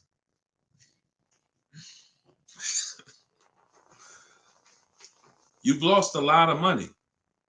So what would you rather? Would you rather never hear about this, really go all your life listening to bad advice? And we might wrap this because we still got time. Before we even go back into more questions, we actually may go a little, because some of you are like, Deshone, well, what if you buy a new car, a used car? Because you just compared that to a new car. All right. So let's just go back one more time. Let's pull up Danielle's because we're on that scenario. So we already said Danielle drove out with a $550 a month lease, paid her first month's payment. Best impossible deal that'll never happen, unrealistic, made up, make-believe deal we just ran was still a higher monthly payment. So imagine with somebody who just goes in regular negotiations, maybe gets $2,000 off the list price. They're leaving paying it's people right now paying $800 a month for this car, $700 a month, easy, no money down. If they didn't put money down, some people tell you, oh, well, I'm paying I got an Audi and I'm paying only $6,000 for it. They never tell you that they put 10 grand down. They never tell you that they put 10 grand down. They forget about that because the day they give the dealer 10 grand, they want to forget about it. So they're definitely not going to bring it up in the story. No money down deals. This is what you're doing most times when you're leasing. So let's go back. Let's say somebody decides they're going to get a good price on a used one. Let's just throw this scenario in here real quick to end this. Instead of a $44,000 brand new one, they find one for like 28. Great used car price, 44,000 new. I got one for 28, maybe 4 years old, low miles, 36,000. Great deal, below market deal. Get it for 28. 28. Throw my taxes and fees on there. I'm at 32, 31. What's my payment? 31, 600. Look what I'm buying too, because some of you that's what you think about with a used car. But I like the monthly payments. But Danielle's driving a brand new 44,000, never been titled. She's the first person to sit in this new car smell, like real new car smell. Latest and greatest options and features, full warranty. If anything breaks on the car, she's covered for 4 years. She won't lease it. She won't have the lease for more than 3 years. She's paying $550 a month. A person who's buying this same car is paying $800 a month, $900 a month, and a person who's getting a used version of this, 4 years old, 1 year left on the warranty, 3 years old, 1 year left on the warranty, and they're paying $600 a month. Everyone's paying more than her. And these are lease deals that we get all day long. Everyone's paying more than her. We can put every scenario. Only person that's not paying more than her is somebody who just drives like a 10-year-old Audi, 12-year-old Audi. They go pay cash for it, buy it from Facebook Marketplace or something like that, or people who go to the auctions and get, like a 12-year-old one. Those are the only people who could, flip cars and not lose. Everybody who's buying new cars, newer cars, is paying more than her. It's people paying $500 a month because they bought their Toyota Camry. They're paying $600. So you're paying $600. She's driving an Audi, $44,000 vehicle, no money down. You're paying $600. You're driving a Toyota Camry that you're not going to keep for more than another 2 years. Any car, replace it. Chevrolet, you could pay, Camry, Honda. You're not keeping these cars more than 8 years, and you're paying these ridiculous car payments, and you're the ones that, unfortunately, because you believe bad advice, you are not winning. You're losing. But would you rather me not tell you? God willing, you're like, man, I'm glad I'm young. I'm going to still buy more cars. Most of you are still going to buy more cars. It's good for you to find this out now rather than you never found out and you just passed it down to your family and your kids. And now They heard they don't lease. Now you got your 25-year-old. He never heard about leasing. He goes and he gets himself a $30,000 car because he got a good job. He said, all right, I could afford a $600 a month payment. He gets a $30,000 car. His payment is $600 if he put no money down, or maybe he put 10 grand down, whatever. Point is, he's paying between $400 and $600 a month for this car when he could be leasing a brand new version of that car for $350 a month. $350 a month, $600 a month. These payments are nowhere close. It's nowhere close. Depreciation is the unseen expense. So this is all step one. See what I'm saying? So when you're reading my book, you're going through leasing version. I got a video on this, by the way. This is in my digital book. I'll link to certain videos to help you guys really understand certain concepts. But this is what we do. This is step one. Leasing versus buying is step one, because I know who was taught, be honest, never lease a car. Type me if you were taught never lease a car. You don't need a down payment, Lisa, and you don't need excellent credit. You need good credit. No down payments. I can show you right now, Lisa, on the screen. You can't see it because we rebroadcast these shows on TikTok, but you'll see it on Facebook, YouTube, or Instagram because they can see the slides that I'm sharing. Like every deal that I'm gonna show, like Kimberly. Look, she got a $91,000 Maserati, $944 a month, 39-month lease. $944 a month, $91,000 Maserati. She got bids. Use what I'm teaching you in my book. She got bids. 7 competitive quotes ranging from 1% to 1.8%. That's a crazy, but she saved 20 grand on a brand new Maserati. No money down lease. Bonita, this was in the middle of the pandemic. When people were, the Kia Telluride was one of, if not the most popular SUV all through the pandemic. People were paying $800 a month, $900 a month, $1,000 a month for these Kia Tellurides. She leased one in December 2022, and she got it for $600 a month, and she gave them $600. That's all she gave them. So, ask questions. It's better to ask questions about things that you may not understand versus making statements, because when you make statements, sometimes it can mean you're not in a full posture of learning. But I do get that you're dropping. Many of you are this is a game changer for you. This is a game changer. This is a money changer for you. My goodness, my brother who I met recently over the last year, he's a neighbor of mine, and he's become a close friend. And he had a Kia Telluride, black one, just like her. Totaled it. His wife was in an accident maybe about a month ago, and totaled it. And he called me and he said he had saw the 8-year rule, and he said, I'm not keeping these cars 8 years. I'm going to lease this one. He leased a Kia Telluride, and his best offer on the same vehicle he owned was under $500 a month, no money down. It was like $479, $489. He was just paying. Remember, this was a $45,000 Kia Telluride he had. His payment on that car was probably $800-900 a month. So that's his wife totaling that car ended up being a blessing. Got him out of that car. He got the lease. He got the same car, brand new one, and he's paying $300 a month less because he has correct deal structure now. This is so important. That's why I call this the most important question in my book. And this is step one in my process, is you ask yourself the most important question. So I'm gonna put the banner back up for you guys on Facebook and YouTube. You can actually go to deshonsbook.com. Dolan pinned a comment in the Instagram section, in the Instagram comments. Also in the Facebook and YouTube comments, we've pinned Deshon's book. You can get your copy for 75% off. It's a digital book, so it goes to your email. Make sure you check your spam and your junk folder, but it goes there. You can get it in 3-4 minutes, and you won't pay the normal $97 if you get there before the 30-minute timer goes down.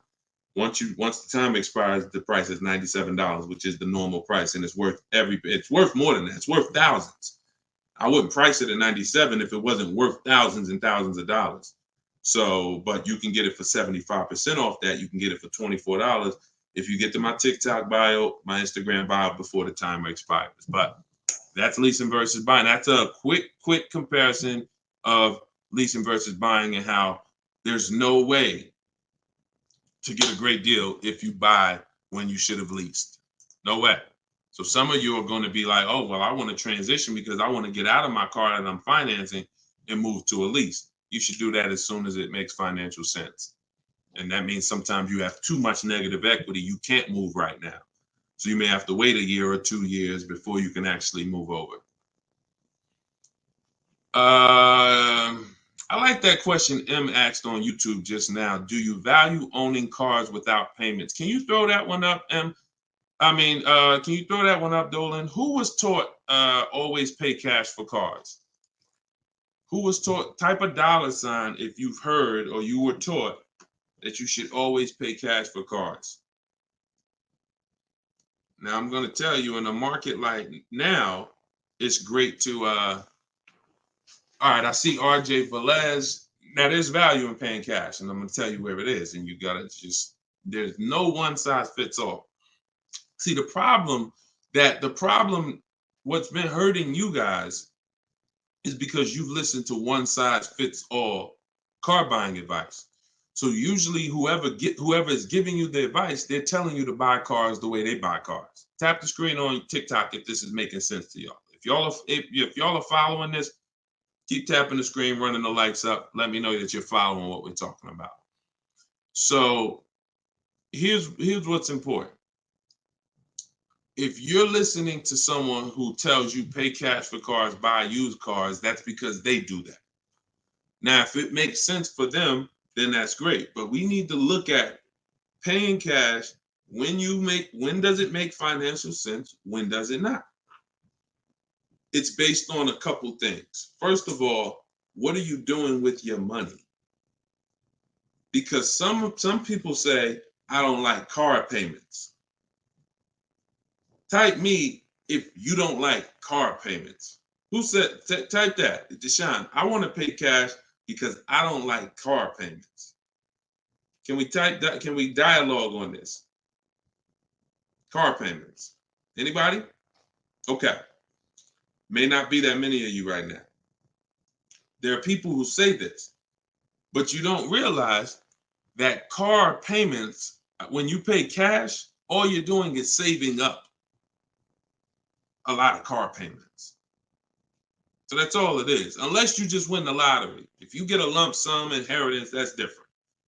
But if you have saved up $15,000, $20,000, $18,000, and you want to pay cash $25,000, then all you did was save up a lot of car payments, okay? Or save what could have been car payments. You can put them in a savings account and just have the car payment come out. So you can literally say, all right, I'm going to put this cash, $25,000 in a savings account, and that's where my car payment is going to come out of, so I don't spend that. If it makes more sense for me to pay cash, then I'll take the cash. And when it usually makes sense is when the rates are very high. If you can't get a rate that makes really, really, good financial sense, and I mean like we get bids for our rates. We make banks bid, we make credit unions bid, we get multiple offers in what I call the bank bidding war. You get this when you get my book too. This is actually a section I wrote. It's like, maybe it's 3 steps to it of how to get the bank bidding war. But once you get those bids, if you can't get a good rate, then it really doesn't make sense for you to pay cash. I mean, it doesn't make sense for you to borrow the money when you can pay cash for it. But there's an exception to this.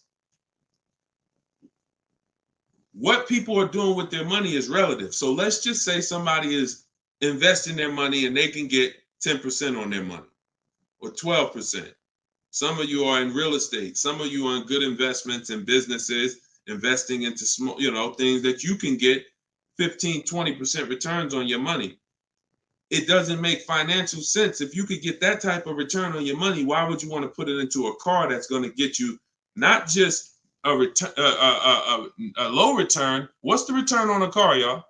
When you pay cash, you pay $25,000 into a car. What is the return on that? on the cash. What's the cash on cash return?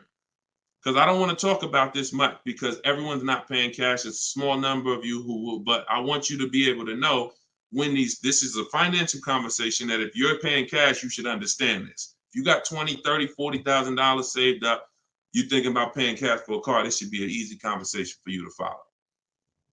Okay. All right. Actually, everybody said the return is 0. I haven't seen anyone who's correct yet because it's not. The return would be 0 if you put the 25 in and then 5 years later you came back and got your 25 out. That's a 0 return. If you put 25 into an asset and then you come back in 5 years and you should give me my 25 and they say, well, it's 5 years later, this asset is now only worth 12. What's the return on that? What's up, Big Spoon? What's the return? Not 0. It's negative. It's negative. So you wouldn't take money out of investments that are getting you 10%, 12% or more to put into something where that cash is going to be a negative return on your cash. So that's one thing to consider based on who you are. Another thing is to consider if your money's not invested, you're not doing anything with your money, then just keep the debt down. Keep the debt down. Another thing we do is we see if there's any special rates on the car we're buying, because and when rates are high, traditionally, you're not getting a low rate from a bank or credit union. Rates are 6, 7, 8% on average. You're not going to see 3%. But sometimes you'll see 3% as a special rate. That's car specific. So if I'm shopping for a Mazda CX-5, I'm going to check to see, do they have any special rates this month on the car I'm shopping for? It might be 2.9, 1.9, 0% sometimes. And these are instances where it doesn't make financial sense to pay cash. If I can get this type of rate, use the bank's money for a very low percentage, and then turn around and use my money and keep my money invested or keep my cash. Maybe you just want to have your cash. Once it's in the car, you can't get it. So once you put your money cash in the car, you can't get that money back out until you sell the car. But if you can keep the money and get the car, now you have your cake and you eat it too. I still got my cash, but I'm leveraging the bank's money, paying them small amounts of interest to use it. So people see interest as the only loss. I don't want to pay interest. That's programming. That's not what would be talked about in a finance conversation. And if you want to get religious, because some of you say, "Oh, I don't want to pay interest because of religious reason," then it's a partnership. It's not a debt. It's a partnership. Anyway, let's not get all into that. Just paying cash is right sometimes for some situations. Paying cash is not right sometimes for other situations. The key is, which situation are you in? That's the key. Knowing how to ask yourself the right questions. Which situation am I in? I'm getting good returns. Stock market been returning me X percent late. Hey, this many years, this has been my return. I think I'm going to keep my money invested and I'm going to use the bank's money. That's right for that person. All right. So that's a great question. I don't know how we went deep on that, but we're going deep in this stream. I normally do rapid fire Q&A. We're going deep on some subjects. And again, this is all in my book. Everything that I'm teaching is in my book. Every part of my strategy, it's a 7-step process. First step is most important question. Second step is deal structure. The equity assessment. For those of you who are replacing a car or a lease, assessing the equity in the asset to see how much money we can pull out, if any, to either put in our bank account or use in our next transaction. Third step is deal structure. Fourth step is shopping, not buying. It's actually called shopping, not buying, where we enjoy shopping, we enjoy test driving, we enjoy the process. We're about to spend $30,000, $40,000, $50,000, $100,000. We actually enjoy shopping for the item. There's no pressure because we're never talking numbers in the dealership, ever. That's our rule. Step 5 is multiple offers. So once we've selected what we're going to be getting, it's time to get multiple offers on it. If we're getting a used version, it's time to see multiple options of it. And if in step 5 in my process, used car shopping is online marketplaces. You're using online marketplaces, cars.com, carfax.com, autotrader.com, cargurus.com, Carfax, CarMax, Driveway, and Carvana. 8 marketplaces, eBay Motors. See, some of you are missing great deals because you're only looking at 2 of the marketplaces. That's like you're not going to see below market deals until you can see the whole market. So when we're shopping for used cars, that's what we do. When we're shopping for new cars, we use my 25 to 5, where your goal is to get 5 offers. If you are shopping for a new car or a lease, your goal must be to get 5 offers, because until you get at least 5, you are not going to get a below market deal. Because we have thousands of people who have come before you who have used this, and they report to me, they report their deals to me. So when I can tell you the deals we see, we have to get at least 5 offers, because 4 are overpriced. Some people get 6, 7 offers. You saw Charles earlier on his Palisade. I think he said he got 10 offers. But once you learn how to get them from home, either you could do it your way, you want to call and get them, you want to call, ask for managers to get them. I don't care what you do. If you're using my process, we don't do any talking. So when you're using my book, we're not talking. Because when you talk, who knows, when you talk, you can say the wrong thing. When you type, and then you're typing what I wrote for you. Because in my book, you're using what I wrote for you to talk to the dealers by email. So I can't even say talk to the dealers, to communicate by email, because we know everything they're going to say. So then the step 6 is paperwork and protection. Once you get your lowest offer, you find the best option. It's time for the paperwork. And then step 7 is delivery. That's it. So everything that I teach is out of one of those 7 steps. And, part of why you have not gotten the deals that you see me sharing is because you don't have any process. You're just winging it. You're just hoping things go well for you. And that's just not a place of empowerment. That's just not a place of empowerment. Strategy is here. So, so we went deep on some of what's in that book and what you'll learn if you get it in the comment section, or you can get it in my TikTok or Instagram bio. If you're watching us on TV, you can also scan that QR code with your phone. And as long as you get there before, but now you're seeing why the book's worth $97. I see why you priced it at $97, Deshone. You know what I'm saying? That makes sense. You breaking this down and telling us what's in the book, and it's a digital book with links to videos and scripts and things you copy and paste. Oh, I see why this is a $97 book that you can get for 75% off. $24 before the timer runs out. Go ahead, Dolan. Yeah, this has been good so far, though. I do like this. Are you enjoying this dynamic? If you are, type something. The word something. Let me know you're enjoying this. All right, this is from TikTok. I'm told lease deals are new each month. Yep, they usually are. Why shop if brand has same financing deal? There's no same financing deal. So lease deals change every month. I'm going to make sure I'm trying to understand your question right. I'm told lease deals are new each month. Lease deals usually change every month. Sometimes they'll run the same one for 2 months, but usually something changes about the lease deal either every month or every 2 months. Why shop if the brand has the same financing deal? Well, we're shopping for offers.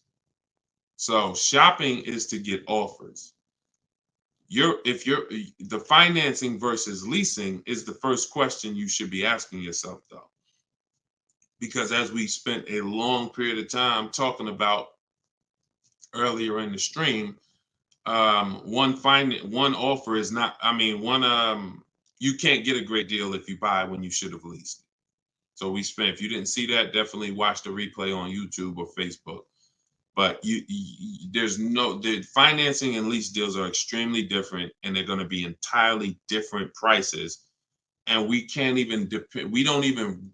Another thing you're doing, if you're buying a car, looking at the special finance deals is important, because that's how we see if they have 0% or 2% or 3%.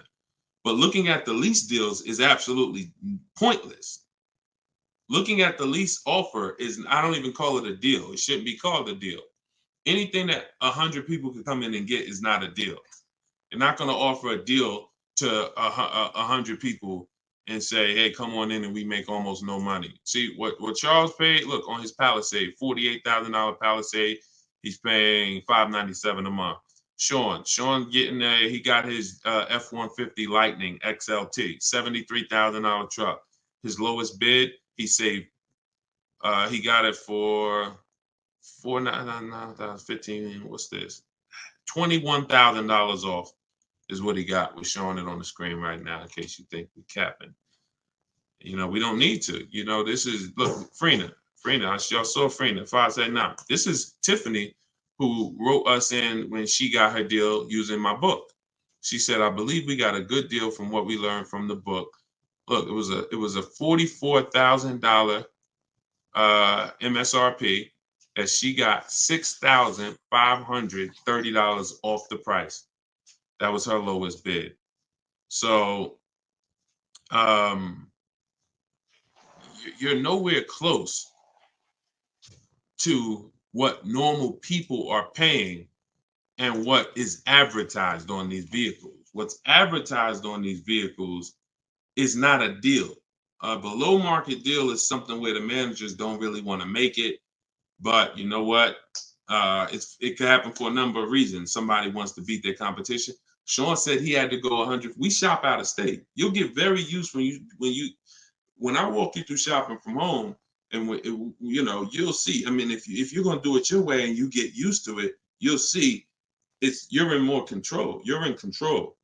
So, but a lot of times your best offer is going to come from a dealer that's not close to you, because the dealers that are close to you feel like, why do we need to give them a deal? They're going to come in anyway. Because that's what most people do. You're going to walk in the dealer anyway, and you're going to talk numbers and try to negotiate. That's what most people are going to do. Why do we need to give these people deals? But this person who is now talking to multiple dealers from home, they hold the cards. We hold the cards. And then one person wants to beat everybody, and they do that. But you gotta, I'm going to say this, and then Dolan, throw the next question up. If everyone could get below market deals, then they wouldn't be below market deals. They would be normal deals. It would be the average price. Y'all, is that clear? Is that clear?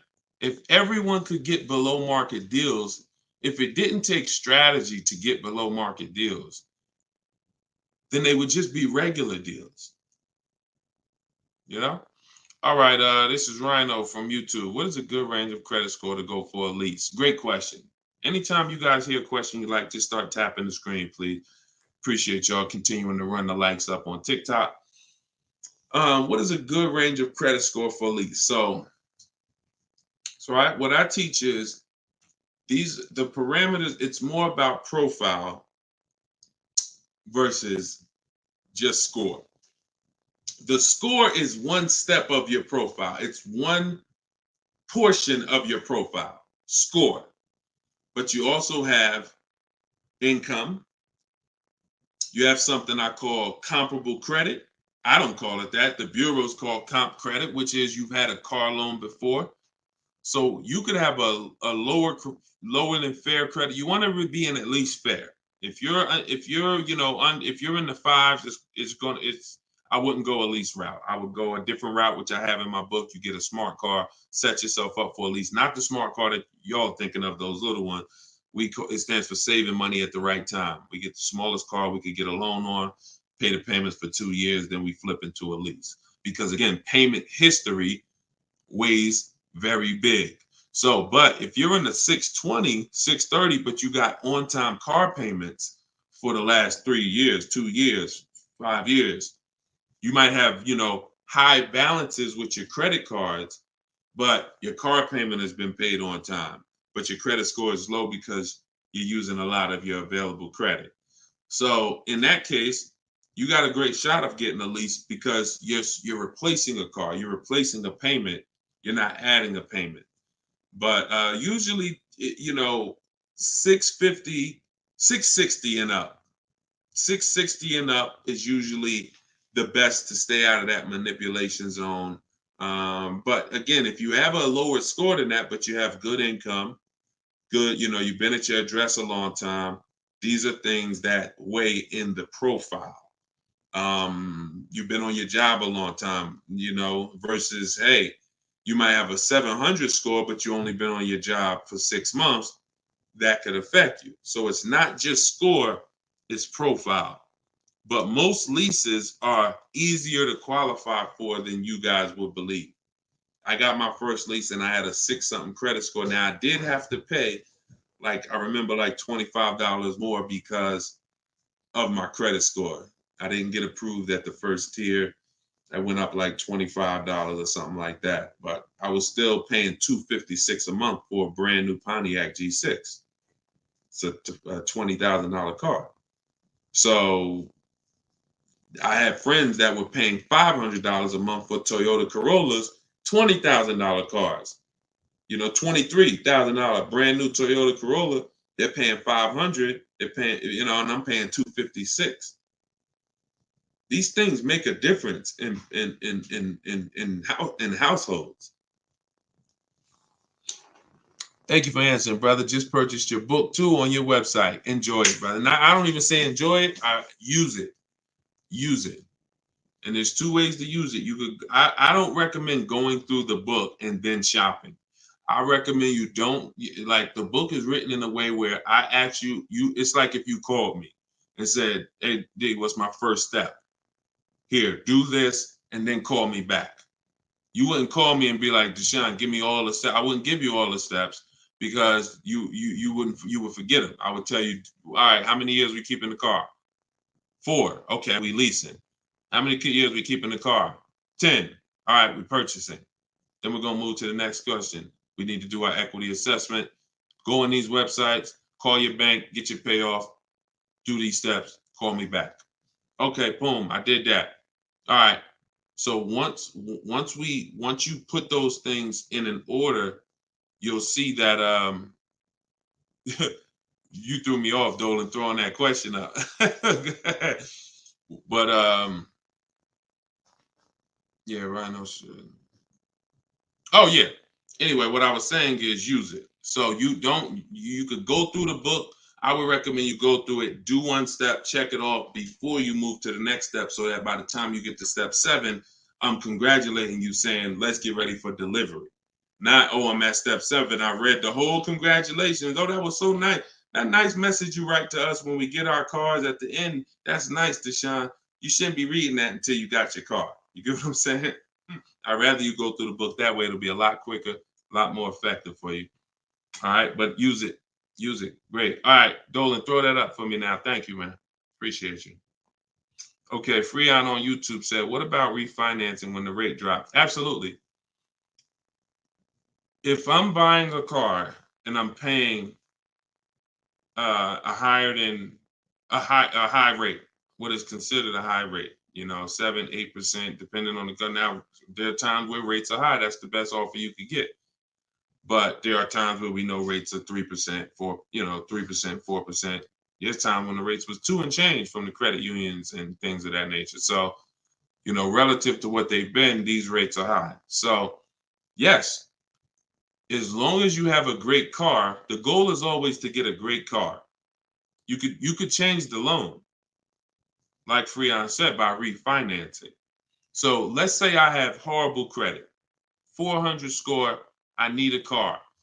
I'm going to make sure the car I get is absolutely a great car. I mean, it must last. This is the thing you need to be looking for. I need to make sure I'm getting a car that's going to last, because I could always fix the loan. But if you fix the loan, refinance, but you got a bad car. You got a car with 100,000 miles on it, and now you're saying you're going to keep it 8 years. You're not keeping that car 8 years in a lot of cases. It has too many miles on it. So you should be shopping for a car saying, okay, I'm planning on keeping this 18 years. I want to get myself something with 60,000 miles. Now that might mean you can't get the big SUV. But if you get the big SUV and then the car breaks down in 4 years, it defeats the purpose anyway. So you could always fix the loan. Don't get a bad car. Very, very important. Or that really destroys a lot of these long-term plans that you need to have. Okay? But yes, everyone will be refinancing when the rates drop. That's for sure. Go ahead, Dolan. Next one, please. Great questions. Great questions. Yes, these are some great questions.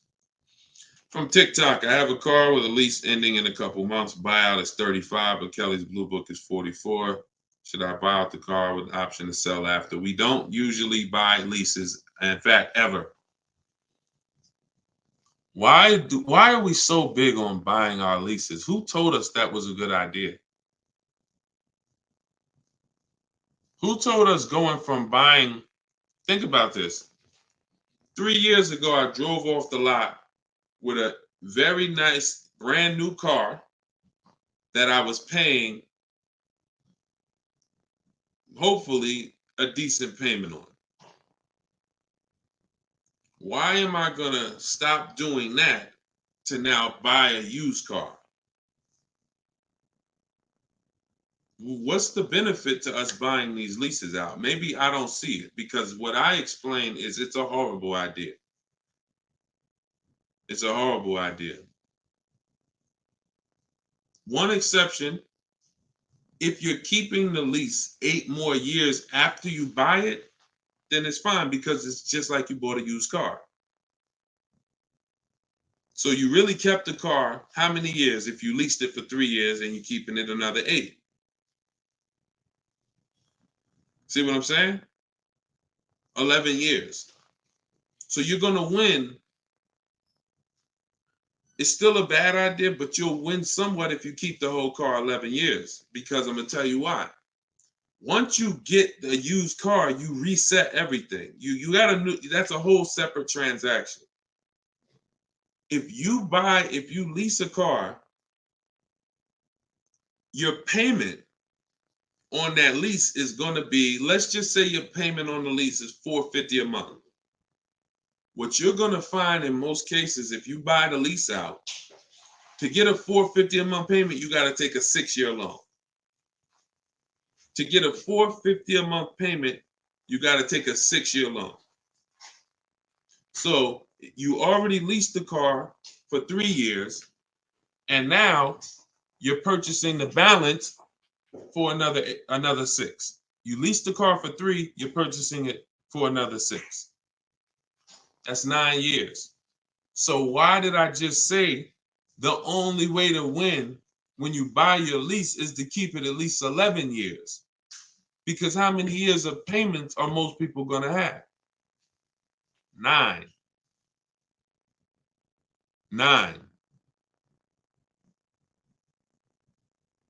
9. Can we let that sink in? A person who buys their lease, like most people are going to buy them with 6-year loans, you're paying for 9 years on the same car. 9. Even if you get a 5-year loan, 8 years on the same car. So it'd be a shame to go pay 8 years on the same car and then turn around and do that all over again. So you want to keep it long enough to at least, hey, I had 2 years of no payments though. I had that car 11 years. I only had 2 years of no payments on it. That's a pretty bad way to live. You're paying on 9 years old, 8 years old, you're still paying on the same car. 7 years old, still paying on the same car. This is why buying your lease is a horrible idea in most cases. From the start, you should either be leasing or you should be buying a used car. It's one or the other. and you're buying a used car that if you plan to keep it 8 or more years, you're leasing if you're not planning to keep the car 8 years. That's it. Not many cases where these make sense. Go ahead, Dolan. It's a great question though. And I'm hoping we can help a lot of people stop doing that. And eventually maybe 10 years from now, 15 years from now, people won't be asking these questions, but it's a very, very common question. Go ahead, Dolan. Shoot the next one up, brother. Nico Smooth on YouTube. What's up, my man? Deshone, if I wanted to counter offer lower than what the calculator generated, would that be realistic? Getting 1.4% would like to get around 1. If your lowest offer is 1.4, then that's the lease program. If your offers are 1.4, your offers should not be the same. That means you don't have enough offers. If all the offers are in one spot, 1.4, that means you're not getting enough. Once you get 5, 7, you'll see they should be at least $150 to $200 a month difference. That's how it should be. 400 to 600 a month. 600 to 800, 600 to 750. That's how it should be. Now, once your lowest offer is 1.4, but you have 1.6, 1.7, higher offers than that, then 1.4 is the best. And that's the lease program. There's nothing you can do about the lease program. All you're doing is finding the dealer that's going to agree to discount the car the largest amount. The lease program is then going to dictate what the payment's going to be. But yeah, you're on the right track. Go to a Plan B vehicle. It's surprising how different every single vehicle has a different lease program. In regards to what and just to really hammer this home, Zafrina, who we showed first at the beginning of the stream, she had a $579 a month lease on a $65,000 truck. She was shopping for a Jeep Grand Cherokee Limited because that's what they had and they were replacing the lease. So she gets a 1.1 and change. It was like under 1.2, like 1.19 or something like that. That was her best offer on a Jeep Grand Cherokee Limited. That's a great lease. That's a great deal. $600. That's a great lease deal. Probably a $450 payment on a $40,000. Great lease deal. But she said this guy is saying that he thinks he might be able to do better on a hybrid Jeep Grand Cherokee Limited. He said he could probably get me below the 1%. I said, okay, you need to get 5 more offers at least. Because what if he's saying he could do better on that version, that means that version has a better lease program, which means you need to get your 5 offers again. She called me 48 hours later. Well, she posted in our group saying that she had gotten that $579 a month, which was a 0.88% lease. So that's not only is every vehicle have a different lease program, every trim level has a different lease program. Almost trim levels can have different lease programs attached to them. In many cases, they do. All right, great question though. You could also wait it out, Nico, if you have a little more time and see what the programs are next month. Go ahead, Dolan. You can shoot the next one up. Can you lease a car if you have a bankruptcy? Sure, but you need to rebuild your credit. You need to get your, if you start in blank, I know people that have had a bankruptcy, got a discharge, and they are at a 700 score in like a year. So I will be following Shonda Martin. I recommend her to everybody. She has great strategies on credit. She does a lot of live streams like me, and she has great strategies. So I think she's on every platform.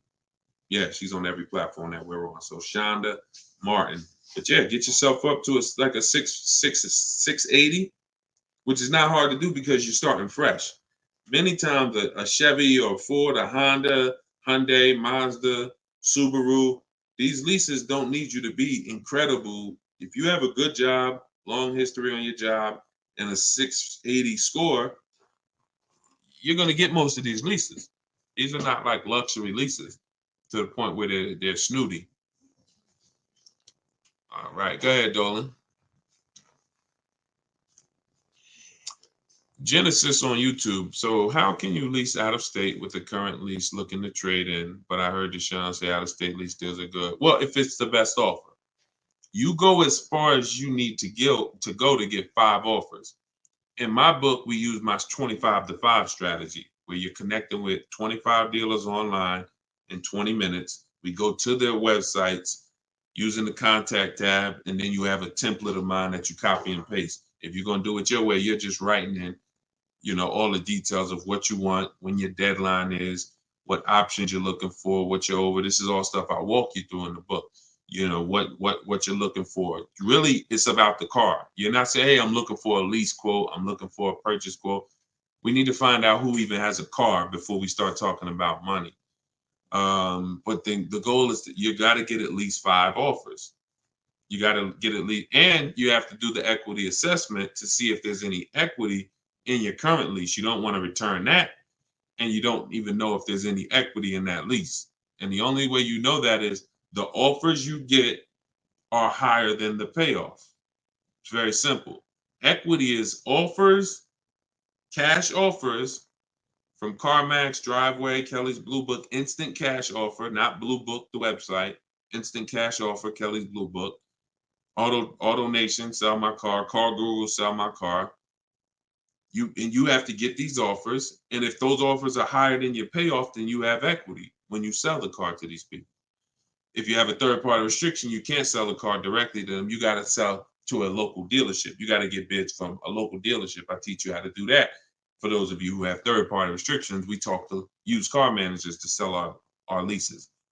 So I've been doing this since 2006. Like, if I wasn't called to build these companies, then I would be. If I wasn't called to build these companies, there's no doubt I would be selling cars, making $200,000, $300,000, $400,000 a year. There's no doubt about it. But that's not the path God had for me. So what I'm telling you is based on me understanding 99.9% of the car buying of the industry inside and out, and giving you the way to actually stay in control, call the shots, have the business come to you, have the banks come to you, have the cash offers come to you, and then you're just simply picking the best ones as they come to you. So this is all in my book, Cars from Home, 7 Steps to Saving Time, Money, and Avoiding Dealerships. It's a digital book. You can get your copy for 75% off in my TikTok bio, in my Instagram bio, or we have a comment pin. Dolan, can you post the comment for everybody again on Facebook and YouTube? Just copy and paste that comment for everybody.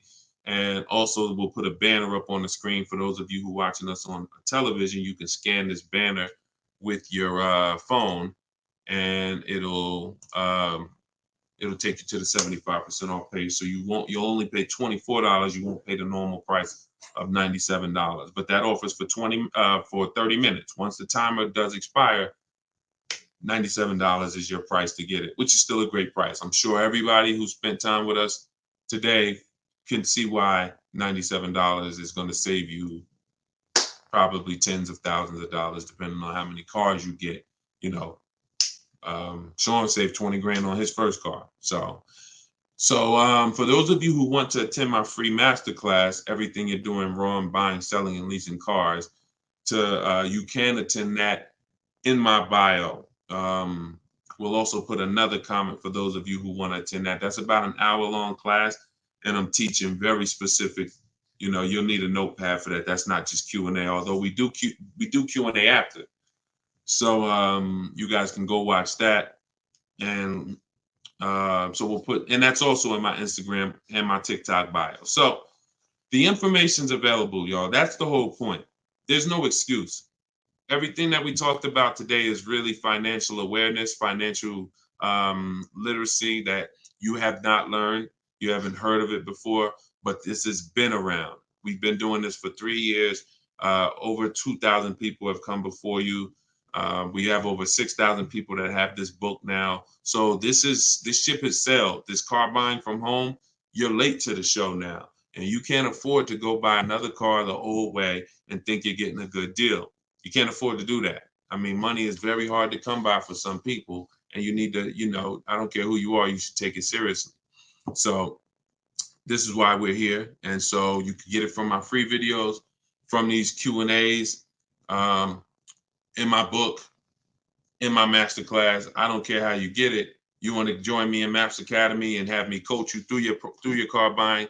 I don't care how you get it. Just make sure you get it. Get in where you fit it. All right. So that was episode 17. All right. We'll see you on episode 18. God bless y'all.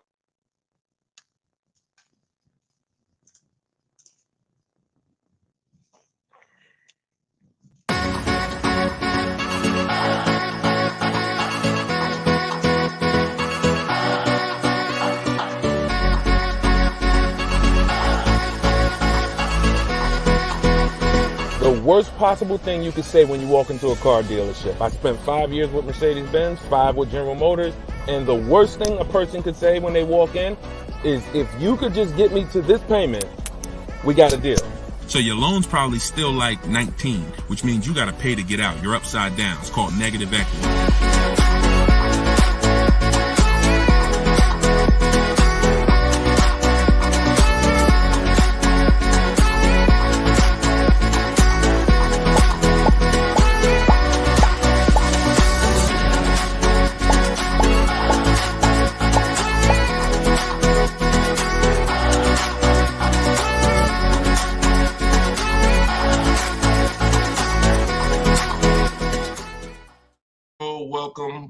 Welcome.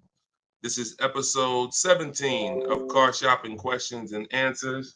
I am your host, Deshone the Auto Advisor, and we do these live shows throughout the day, throughout the week, to make sure that you have access to cutting edge car shopping strategy, which is the science of making dealers and banks bid for your business instead of negotiating the old-fashioned way.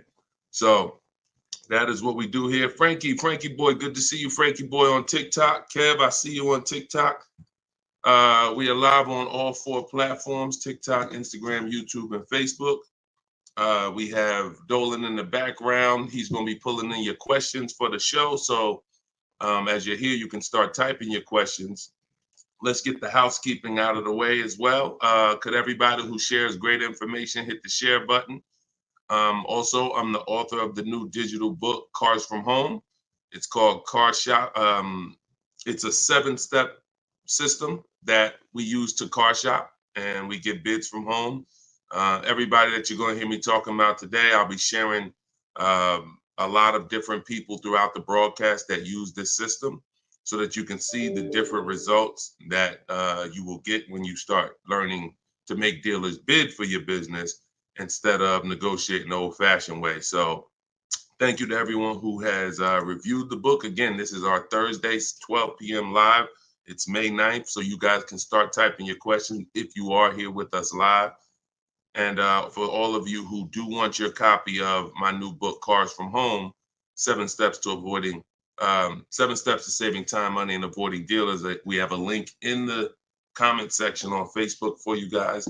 We also have a link inside my TikTok bio, inside my Instagram bio, that you guys can use to get your 75% off your copy. So you won't pay the $97 price.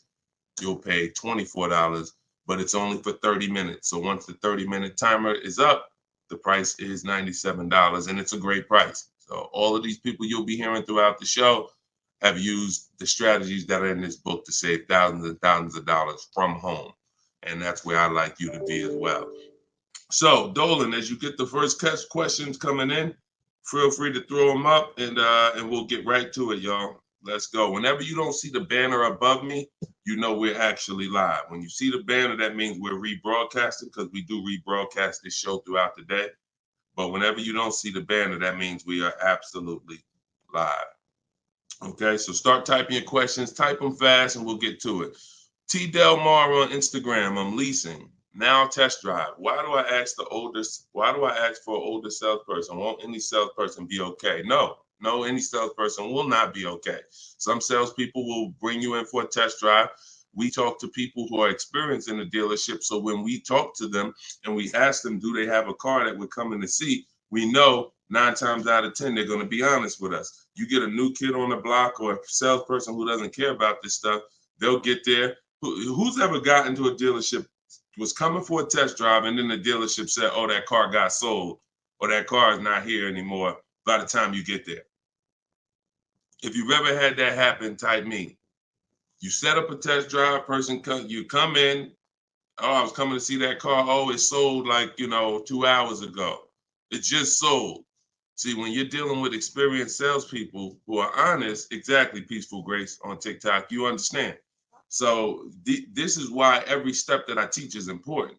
Even things that you might see, okay, why is he telling us ask for this person? It's because if you don't, you run the risk of running into a salesperson who doesn't care. Oh, you'll get there and just, oh, well, that car sold, but hey, I might have another one. Let's look at some other ones. No, we don't go for that.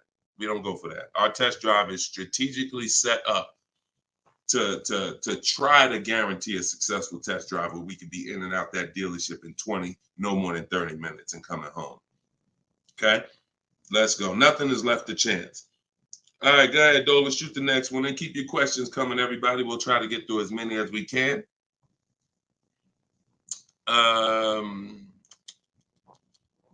I see you got all right, we got one that just came in on TikTok. We'll give everybody a chance to come on in and start typing your questions. Try to type them all in one question, kind of one long question versus, continuations and continuations.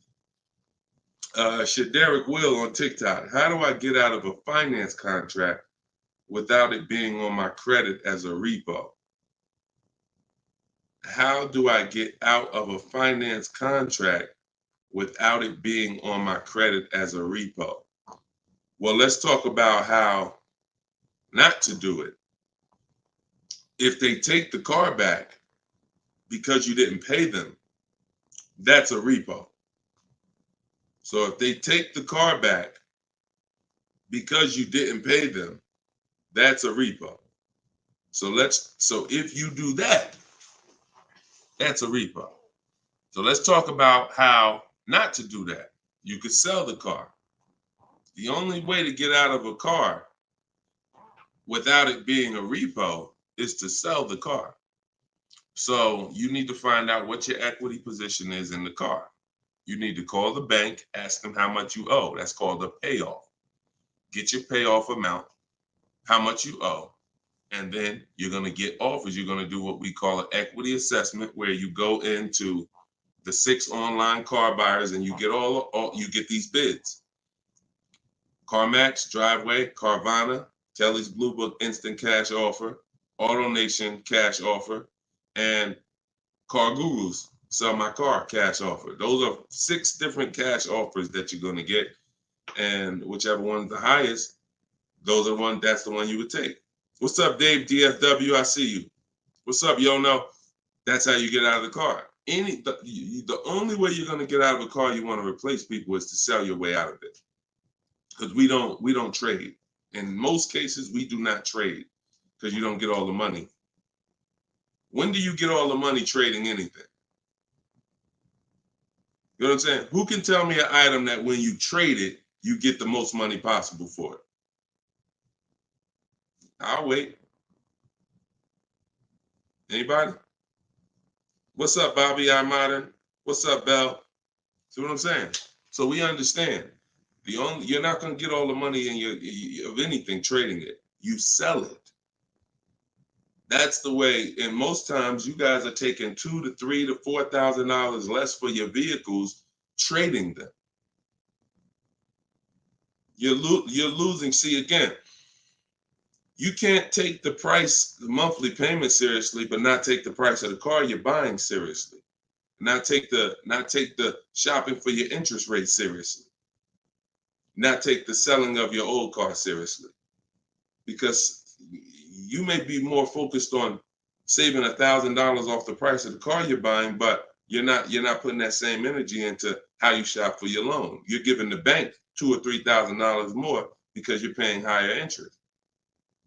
Or you're not doing this bidding process. You're trading in your cars and you're paying $1,000, you're getting $1,000 to probably $4,000 less than what you would get selling these cars to online car buyers. So that's how you get out of a car. Only way you can do it is to sell your way out of it. And if you have negative equity, to pay the difference so that you can get out of the car. But if you just let them come take the car, you can finagle anything you want to try to not have it be a repo. It's a repo. It's a repo. And so the time 3 years ago, everyone could have sold their car and really got out of them because the prices of cars were so high. What's up, Alan Denson? Thank you so much. Appreciate you. Yeah, so that's it. Go ahead, Dolan, shoot the next one in. This is our Thursday live show. My man, Alan Dawson, appreciate. Oh, Alan Denton. Yep, appreciate you, man. Thanks for supporting the broadcast. This one's Optimal Living from TikTok. This is our Thursday, May 9th live show at noon. So whenever you guys don't see the banner above me, that means we're live. You can send your questions in and we'll try to get them into the show. Grand Rising, I want to buy a used approximately $10,000 or less. Approximately $10,000, less than 100,000 miles, 1 or 2 owners, like a Honda, Hyundai, Volkswagen, good gas mileage, easy to repair. Any suggestions? Well, you have a lot of filters there. If you were buying under 10 grand, I would be looking at Facebook Marketplace.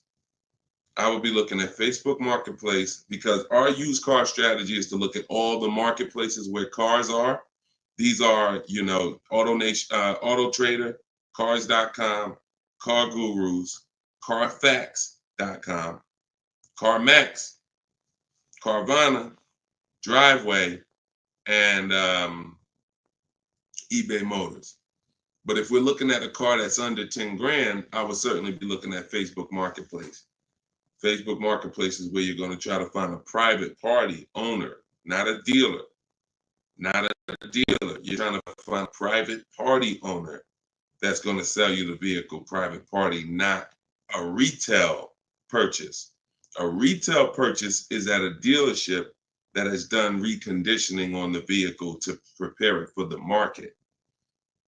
And so you're paying for that. You're paying probably 10% more for a retail purchase because it goes through the retail process. But if I'm spending under 10 grand, I'm looking at Facebook Marketplace to get a private party sale where I could save probably another 10%, maybe a little more below the retail price.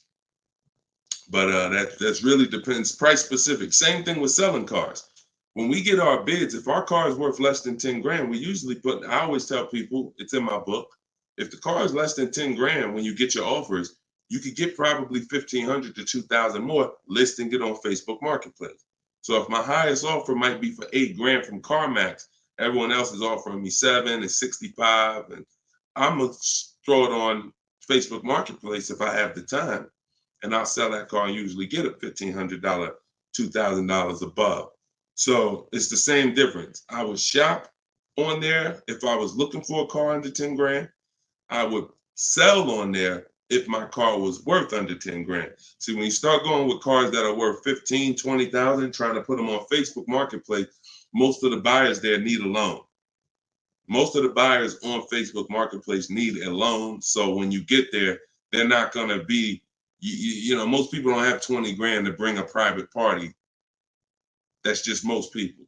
So the buying pool is very small for 15 to 20 grand, 30 grand private party. But the buying pool is very big for under 10 grand private party. So you always want to go to where the buyers are, where the best opportunities are. So yeah, that's what I would be doing. Great question, Optimal Living. All right, keep the questions coming, y'all. I see Sharita said, hey, I got the book. I'm stoked. This is great info. Thank you so much, Sharita. Enjoy it, use it. The things that are in my 7-step book, y'all, is everything you're learning right now. So everything that I'm teaching you is out of one of my 7 steps in my car shopping process. My book is called Cars from Home. So it's all designed to teach you the science, walk you through the science step by step of doing 90% of your car purchase from home 90% of your savings are done at home, not in a dealership. The only thing we're doing in a dealership is test driving, is having our car appraised if we have a third-party restriction by a used car manager, and picking up our car if they don't deliver. Those are the only three things we are doing inside a dealership. All the negotiating, the price saving, the shopping the market, the research, the working with the bank, that's all done at home.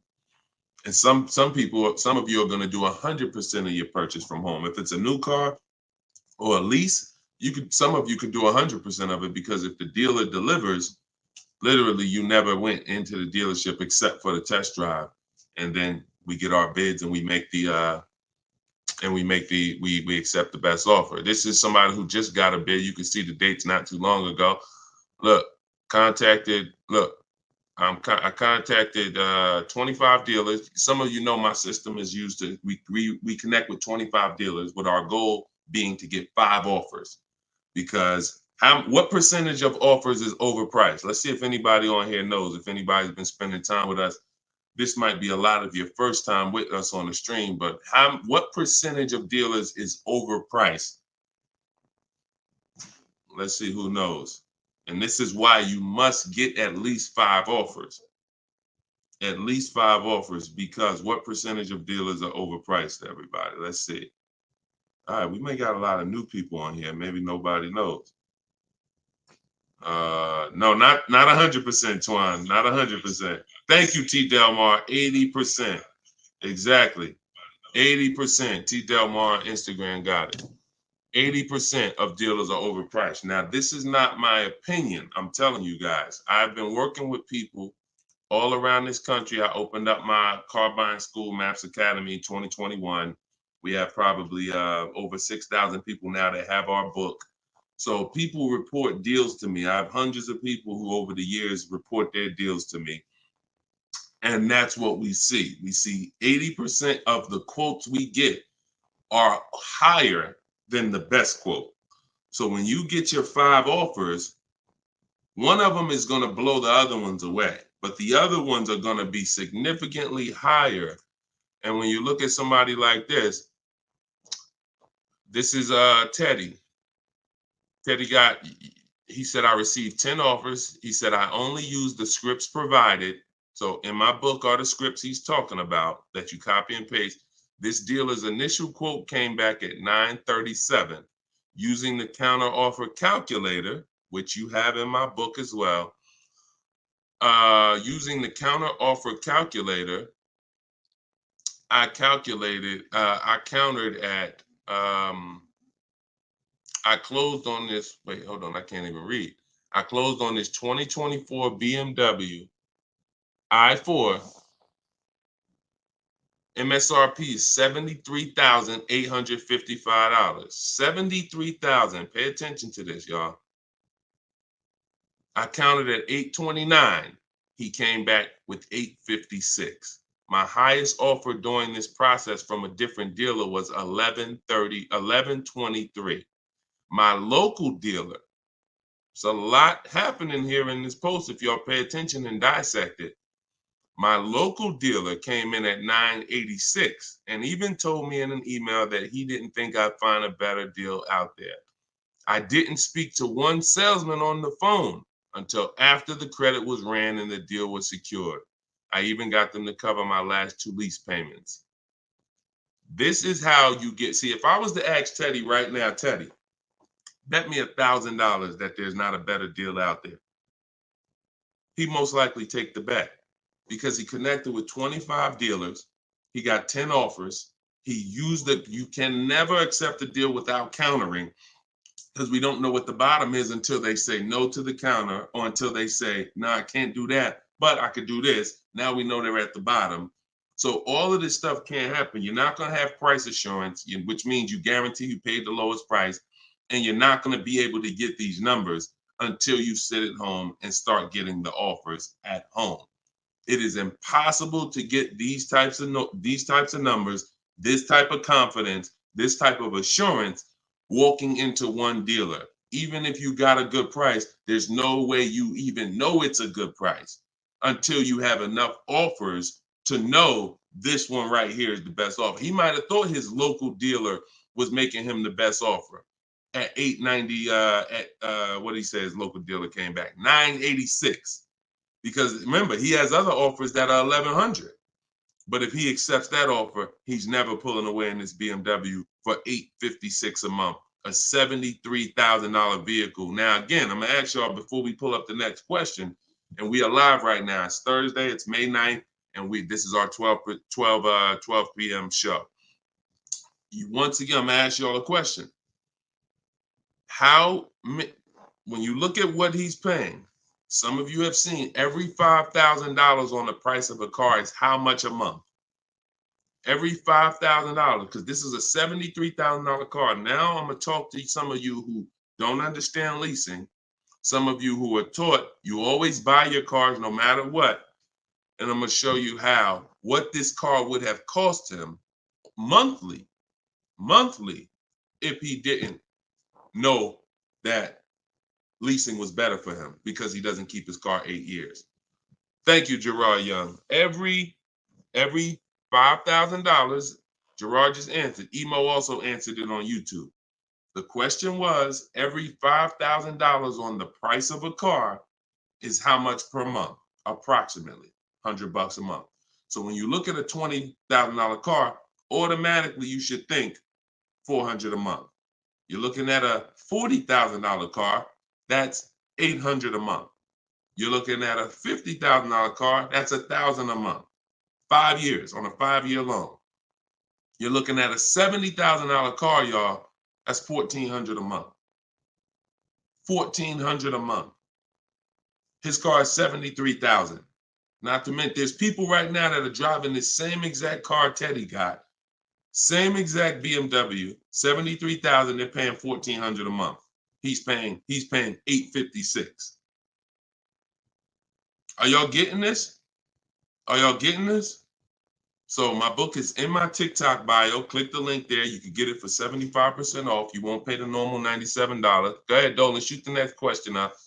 Instagram, you guys can go to my Instagram bio and get your copy for 75% off. And it is a step-by-step formula for how to get these deals. That's everything I talk about on these shows. Go ahead, Dolan. Shoot the next one up. Leo, I've been selling cars for 20 years. This young man is speaking the truth.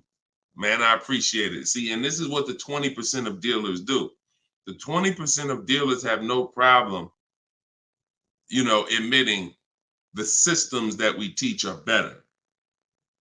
Because we're not trained as car salespeople. Sometimes you think car salespeople are really trained. The only thing we're really trained on is negotiating and how to get you to say yes. We're not trained in finance, not trained to teach you about leasing.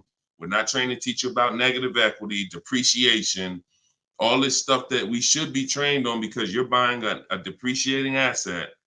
We should be telling you, listen, based on our financial training, if you're not keeping your car 8 years, your best option is going to be to lease. Because when you buy your car is going to go down in value so much over the 5 to 8 years you have it. If you turn around and replace it, you're going to lose all that money. Your car is going down in value way too much over 5 to 8 years for you to turn around and replace the car right after that. You need to keep it after that. That's when you keep it. 8 years of that's when you keep it, because now you're like, man, I put all this money in this car. Yes, it may not be worth what I bought it for, which was $40,000 8 years ago. It might only be worth $10,000 today, but I'm gonna keep it now because 3 years from now, it's gonna still be worth probably $8,000. It might be worth 10 today, but because it's 8 years old, in 2 more years, it'll be worth $8,000. I'm not losing that much money anymore. You are not winning with buying cars until the car is not depreciating that much anymore and you still own it. Okay? If y'all clear with me on that, just tap the screen.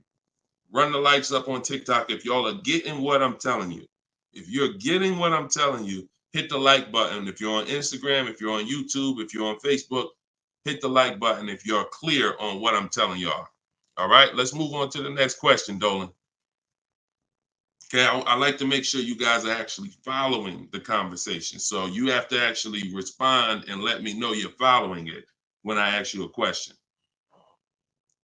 All right, this one's Glenn over on YouTube. If your car lease is up in 6 months, how do you go about trying to sell your lease? Well, the first thing you're going to do, first of all, this is a great question.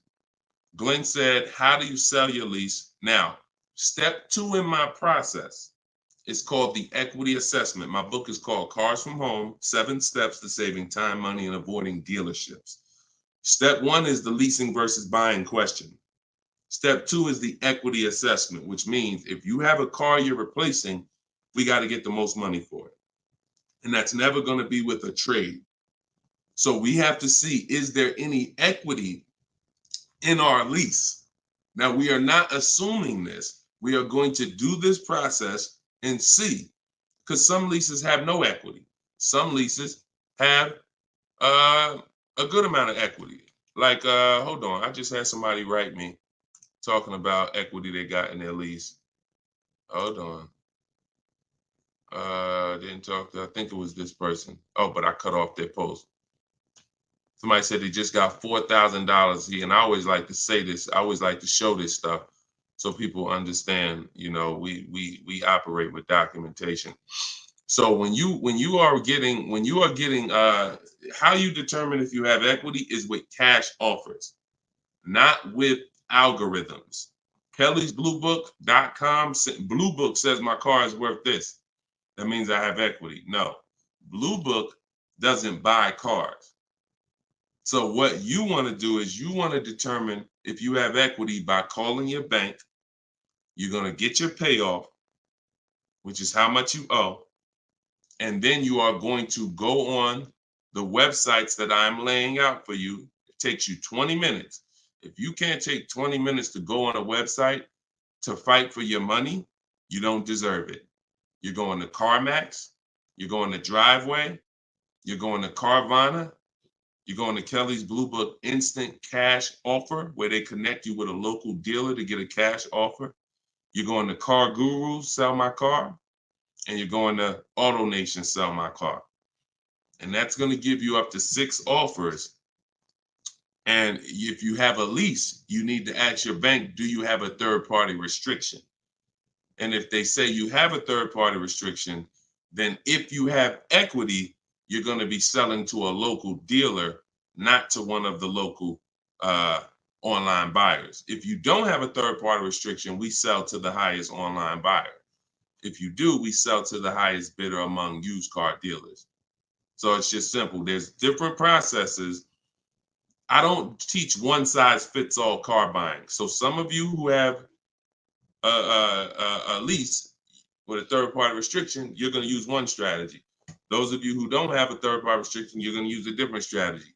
Those of you who don't have any money you owe on your car is paid off. You don't need to call your bank. You just need to go on those websites and get the offers. So, and when you're on there, if you have a lease, there's going to be a part where it says, is your car owned, financed, or leased? You want to put owned. It's very important. Don't put lease because it triggers something in their websites. So that's step 2. I go over this thoroughly in my book. This is called the equity assessment. You can't, listen, you need to get bids.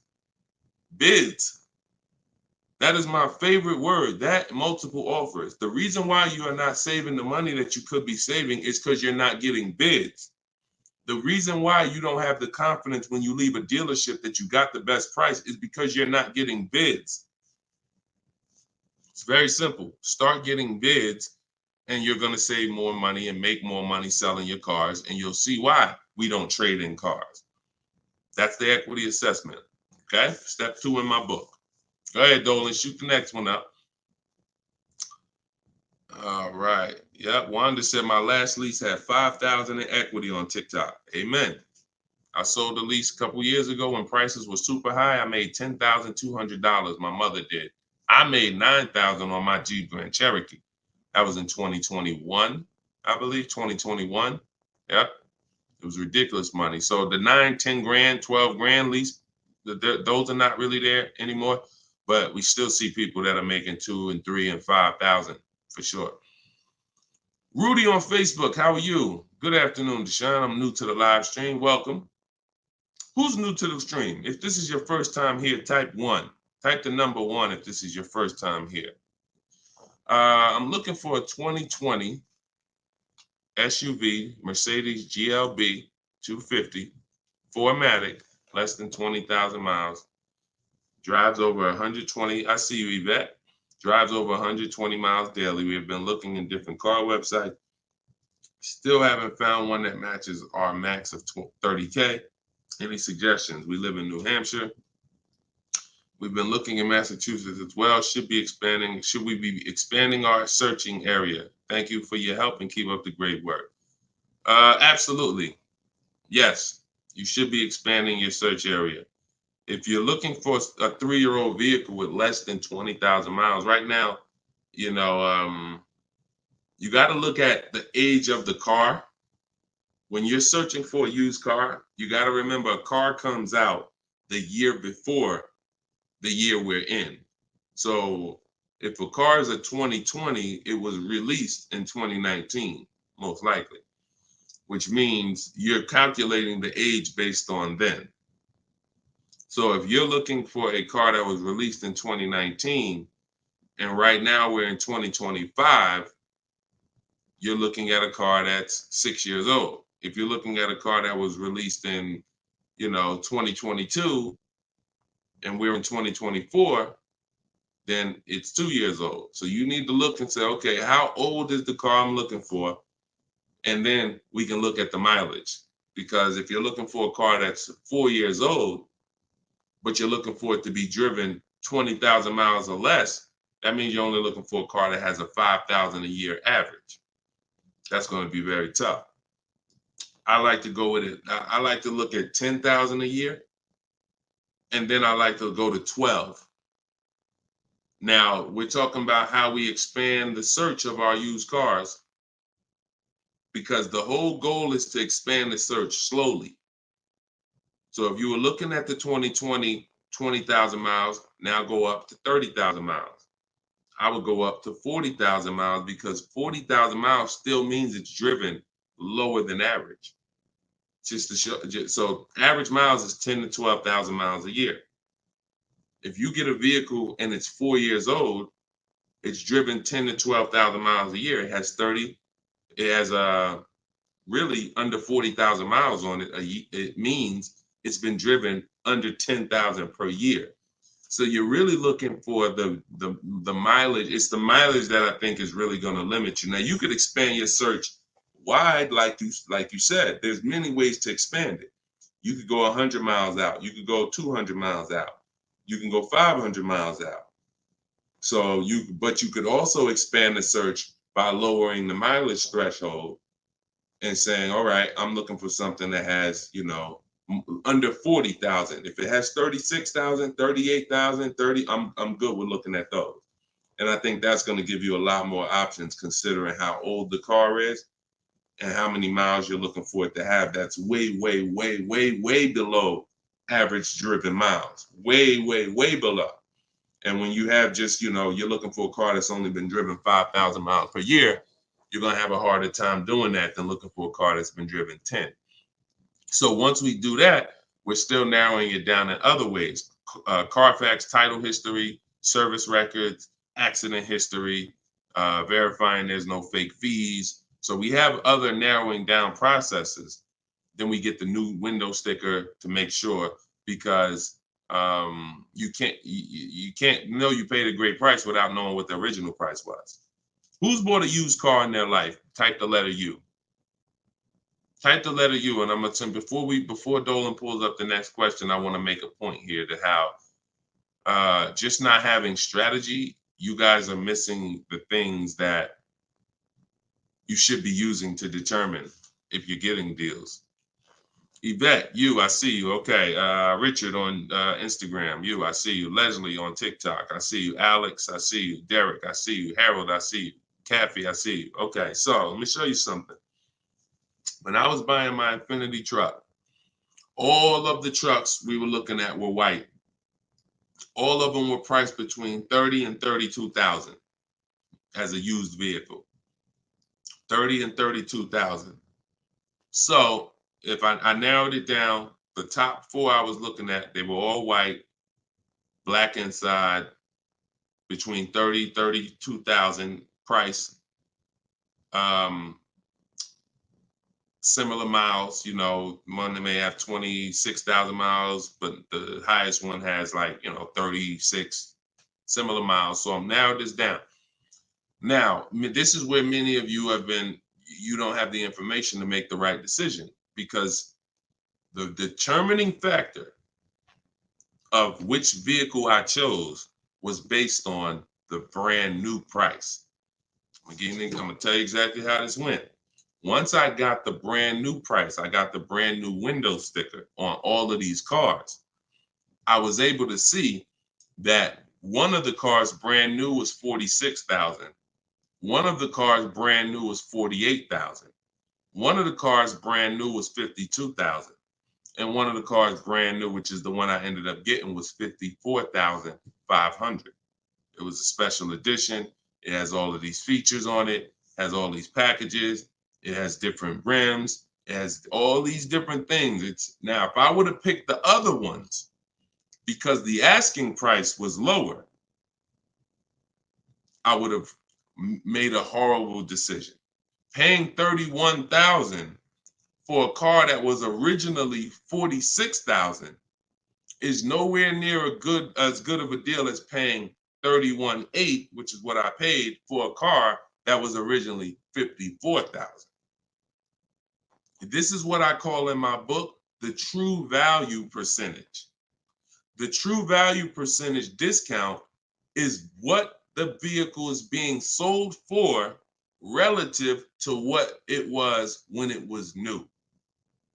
So picture this, if the vehicles that I was looking at would have only had the true value percentage discount on them, it would have made it even easier for me to choose, because the one I picked would have said 42% off the brand new price. The ones that I didn't pick would have said 38% off the brand new price, 36% off the brand new price, 32% off the brand new price. So when I look, true value percentage is literally that. And that is something we created. See, a lot of what we teach, we didn't learn it, we created it. So you are getting things that, why can't I find what Deshone teaches in other places? Because God had me create it. So you're not going to find it from other people. You're not going to find the 8-year rule for leasing versus buying or other people. You're not going to find the 1.5% rule for bad lease deals with other people. You're not going to hear them talking about this true value percentage discount when we're looking at used cars, because we created all of this stuff to regulate the industry for people who will use it. So if you guys want everything I teach in one spot, you can go to my TikTok bio. As long as you get there before the 30-minute timer goes down, you can get your copy of Cars from Home, my digital book, for 75% off.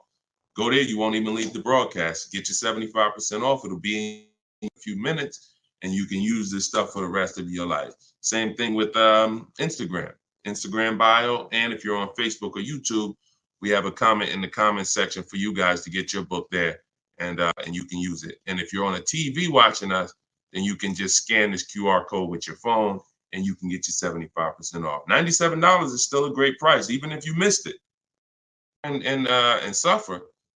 Get your book full price. If you missed the countdown, that's fine. But the money that you're going to save is going to be dramatically multiplied versus what you spend on this book. Okay, Dolan, shoot the next question in, y'all. We are live. This is our Thursday, May 9th show, 12 p.m. So whenever you don't see the banner above me, that means we're actually live, and you guys can type your questions, and we'll try to bring them onto the show. Helena, what do you consider a good interest rate? Well, this is a relative question. It's the same question you're asking when you say, what do you consider a good discount off a car? How much should I pay for this car? We only pay when someone wins the bid. So we teach something called the bank bidding war, which I also created. You have been taught that, don't let these dealers run your credit, or always get, who's been taught any of this stuff? Always get your own pre-approval You know, never use the dealer's banks. Never, you know, all of this stuff. Any way. We teach a process that the credit bureaus allow. The credit bureaus allow us to have an unlimited number of banks and credit unions run our credit with a hard pull, as long as it's within a certain period of time. As long as it's within a certain period of time, when that time expires, they are going to have that weigh on our credit as one hard inquiry in terms of how it affects our score. See, normally when you have a bank run your credit with a hard and then another one, and then another one, each hard inquiry affects your credit. But when you do it the way it was meant to be done, and using the bank bidding war, if one hard inquiry would have dropped your credit 10 points, 20 of these hard inquiries is going to drop your credit the same 10 points. So the way it's done is there's 3 rounds to it. There's 3 rounds. This is for people that are financing. Again, those of you who are paying cash, this doesn't matter. Those of you who are leasing a vehicle, this doesn't matter. That's why having access to car buying advice that's not one size fits all is what you need. Because typically, if you only pay cash for cars and get used cars, that's what you're going to teach people. So everything has a different place. So those of you who are financing a new car or a used car, you're going to use the bank bidding war so that you don't have to ask this question. This is the answer to Helena's question. How do you know? What do you consider a good interest rate? It's who wins the bid. So there's 3 rounds to it. The first thing we're going to do is see, are there any special interest rates on the car we're shopping for? So if we're shopping for a Kia Optima, a Kia K5, and all right, let's see, are there any special interest rates on it? Are they doing anything like 1.9% financing? Are they doing 0% financing? Are they doing 2.9% financing? Anything special? We also need to know how much the term. What's the term? Some people only do 0% for 3 years. That means you got to be able to pay the car off in 3 years or you can't take the deal. If it's 0% for 60 months, that's different. You got a 0% 5-year loan. You got 0% 6-year loan. So we need to see, is there anything special on the car? We do that for new and certified pre-owned, if we're looking for a certified pre-owned. Now, if we find something, sometimes that could prevent us from even needing to do any other interest rate shopping. If they're doing 1.99 for 60 months, you're not going to find better than that. No bank is going to do better than that. So that's why it eliminates the rest of the rounds in the bank bidding war. Eliminate it. But let's just say that there are no special interest rates. Now we're going to revisit the bank bidding war in round 2, which is after we find the best price on our car. See, because some of you, when you go shop for a car, you're thinking, how much should this car cost? Oh, what's the monthly payment should be on this car? The monthly payment is between you and the lender. It's not between you and the person you're buying the car from. See, this goes back to our point, which is you must set up your car buying transaction from who you're getting your loan from. The process of shopping for the best price on your car is different, or should be different. If you listen to me, it will be different than the process of you getting the best price on your loan. The best price on my loan is a different process than getting the best price on the car I'm buying. So now, once I start now looking for my car, getting my bids, get the best price on my car, now it's time to come back and get the loan involved. See, many of you are focused on what the best monthly payment is on the car, but you're not focused on finding the dealer that lowest price. That's focus number 1. Before we think about what is our monthly payment, we are thinking about what is the dealer? What's my process for finding the dealer who's going to sell me this Kia K5 for the lowest price? Who's going to sell me this $40,000 car for the lowest price? Once I find that dealer, Now it's time for me to come and get start shopping for my loan. See, and the reason why this works so well is because there's a process to it. We're not winging this. The reason why any fighter who goes into a fight and they're winging it, they are in a position of struggle. We don't wing it. That's why when you see my 7-step process in my book, it's 7 steps. In Matt's Academy, my car buying school, it's 7 steps. Whether it's video, whether it's the book, it does not matter. It's 7 steps because the process does not change. A process should not change based on whether you want a new car, used car, a lease, a luxury car, an exotic car. It shouldn't change. So once you find the best price on the item, now you're coming home and you are going to now contact online banks, your bank, your credit union, and you're going to get all their offers. This is round 2 of the bank bidding war. Round 1 is any special interest rates on the car. No? All right. Then we go find the best offer on our car. Now we're going to start round 2, which is our bank, our credit union, online lenders, all submitting bids for our rate. Round 3, once that's done, round 3 is we call the dealer who we have the car on hold with, and we tell them the best rate we got, and we give them a chance to see if they can beat it. That's round 3, because the dealers have another 5 to 7 to sometimes 10 banks. So see if they can beat it. So now you have 3 rounds of individuals competing for your interest, for your loan, to give you a loan. 3 rounds. First is the special rates. Second is you, your bank, your credit union, online banks. Third is the dealer's banks. And so when you leave, you already know I got the best interest rate. I guarantee it because I had 15, 20 people competing for my bank, for my loan. And that if you do that correctly, you are going to see that it weighs on your credit at the end as the same as one hard inquiry. That is what the bank bidding war. When you get my book, I email you a copy of the bank bidding war with it because I haven't merged the bank bidding war into my book yet. That's an update. Yes, that's an update. So all of you who had the book prior, when I update the book, you get the new book. You get the new book. That's another reason why having a digital book is the best way to do this. Because when things change in this game, when websites change, people go out of business, I update the book so that things can stay fresh. That's a beautiful thing about having a digital book. So the banner is on the screen. You guys can go to deshonesbook.com on Facebook or YouTube. You can scan the QR code with your phone because everyone can get your copy for 75% off. You won't pay the normal $97 as long as you get to either my TikTok bio or my Instagram bio before the 30 minutes is up.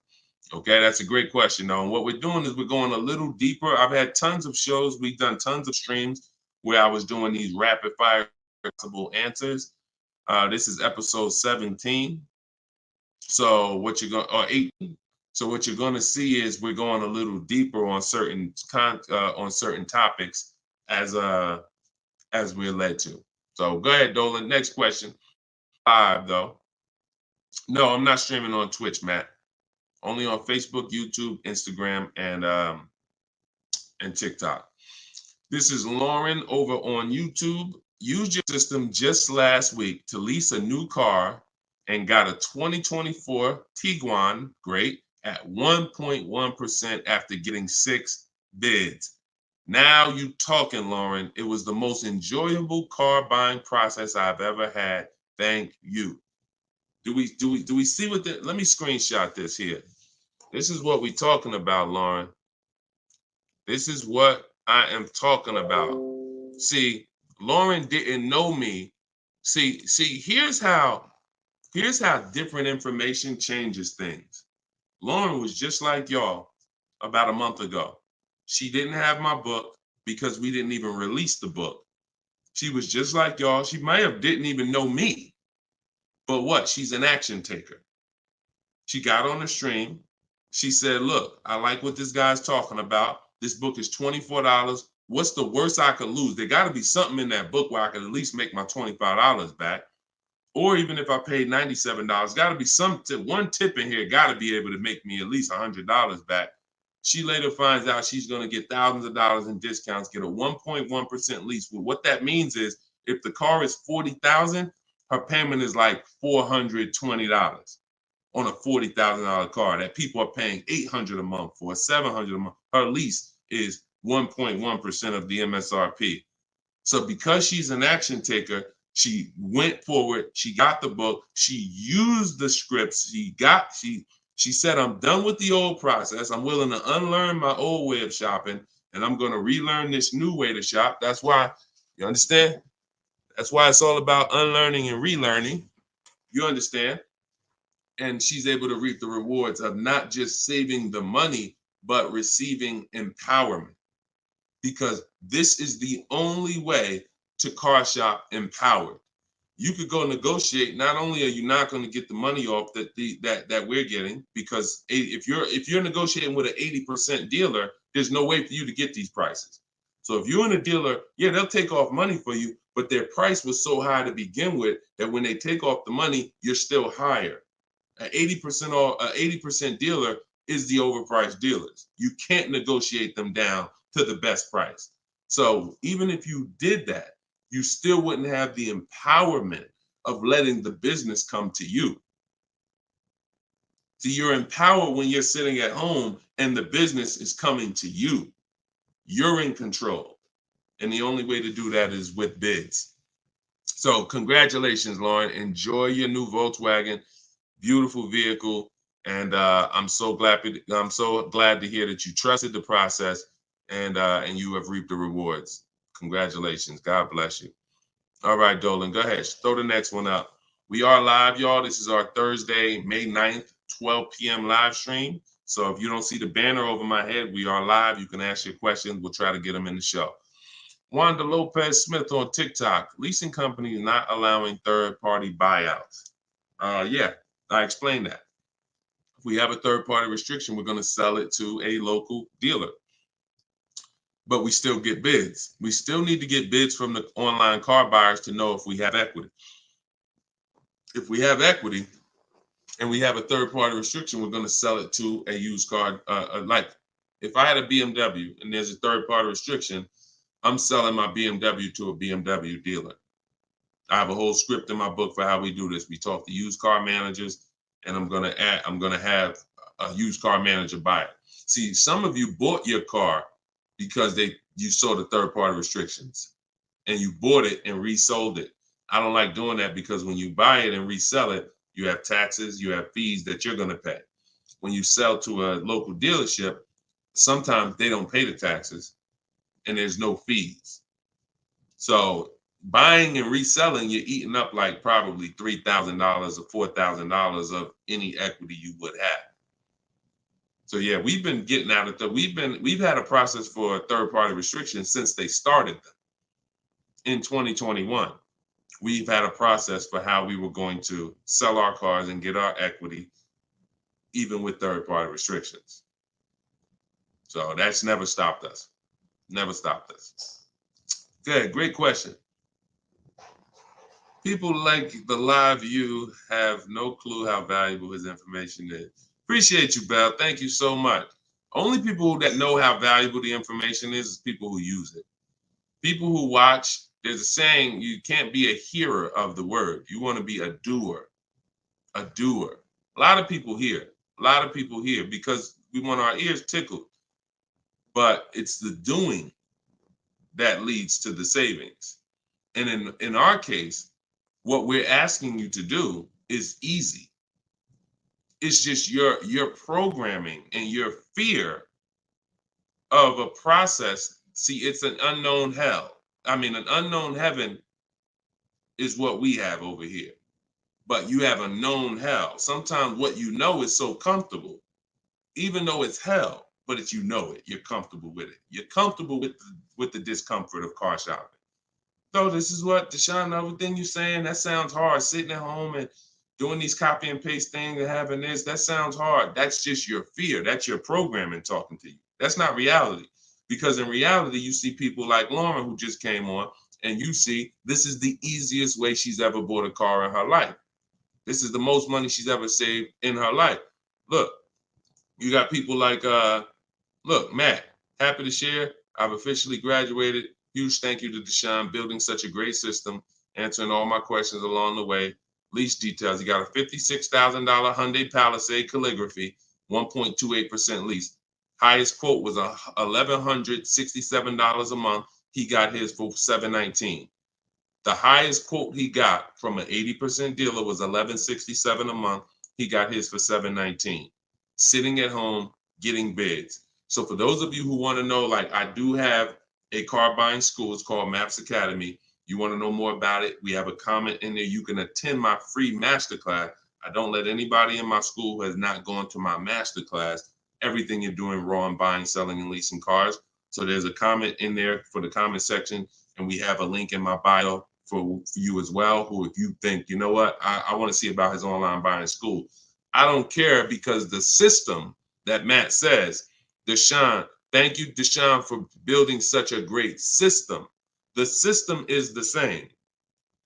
So, but you have to be an action taker. And because the system is simple, and it's in video form, and it's in book form, and it's in my free live video, my free streams, you just get it where you could get it.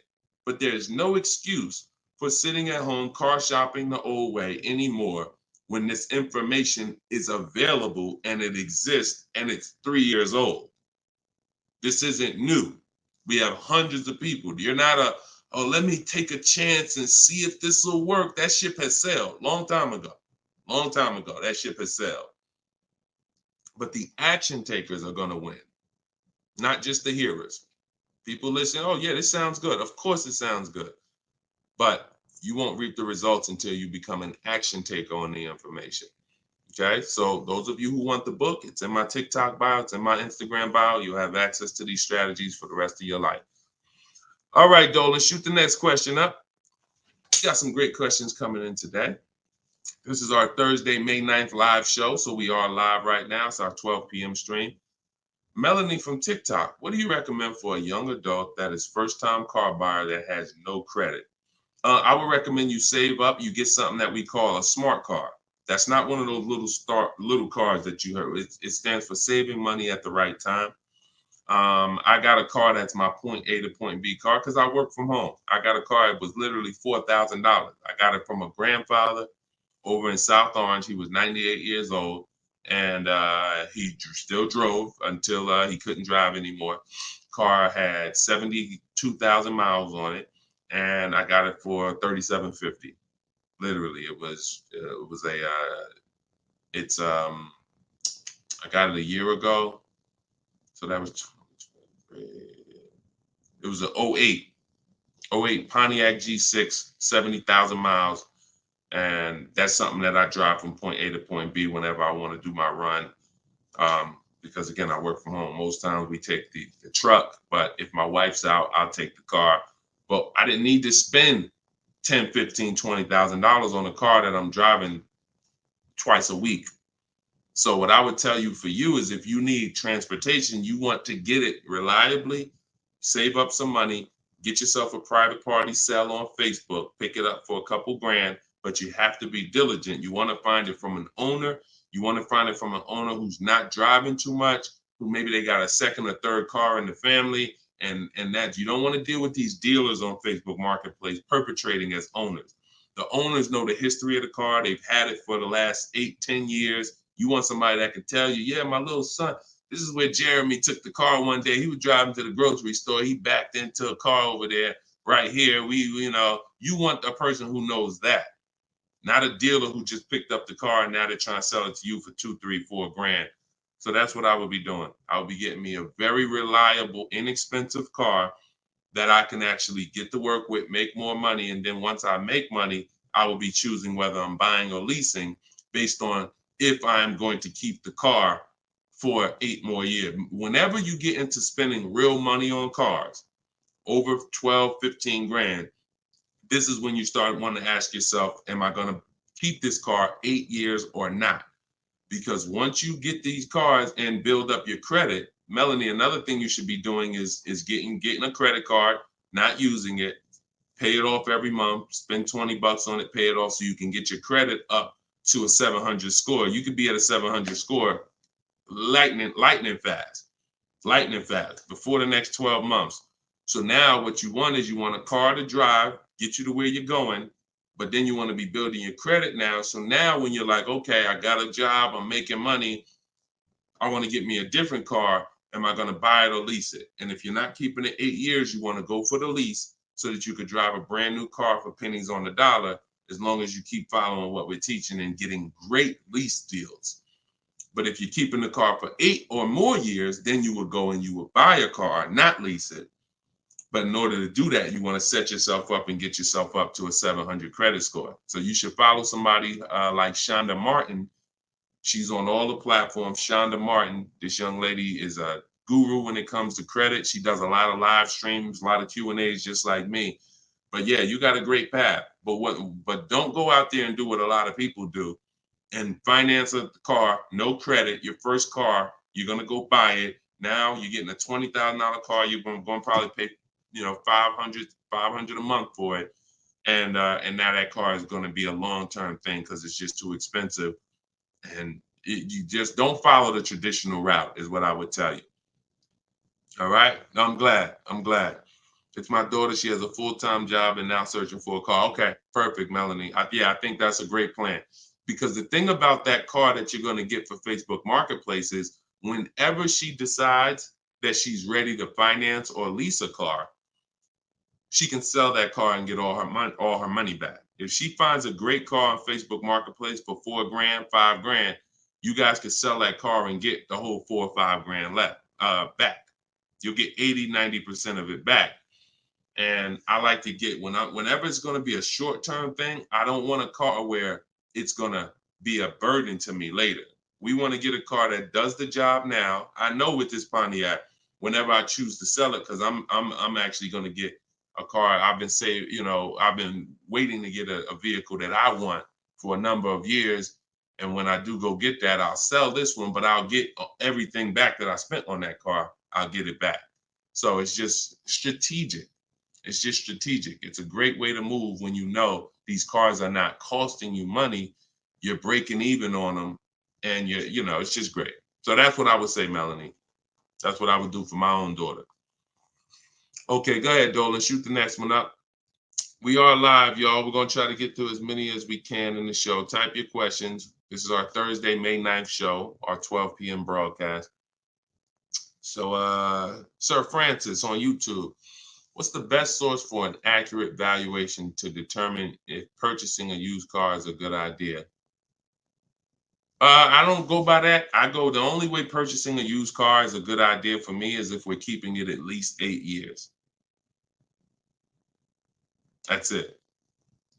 If you're not keeping it at least 8, are you keeping the vehicle at least 8 years?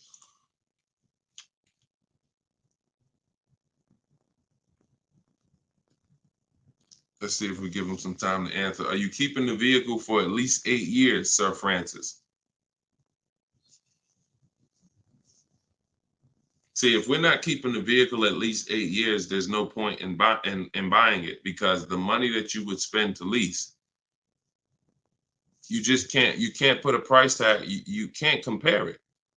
The reason I have to show y'all these lease deals is to see you cannot compare great lease deals to purchase deals. You can't. Look at this. Look at Jared. Jared followed the leasing like a boss system. The leasing process went quick and exactly like you said it would. Sent the emails. We had multiple offers to work with.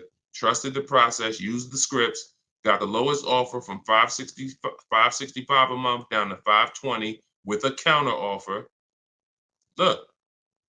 That's probably a $40,000 vehicle. I don't have it up in front of me because I cut the rest of his post off.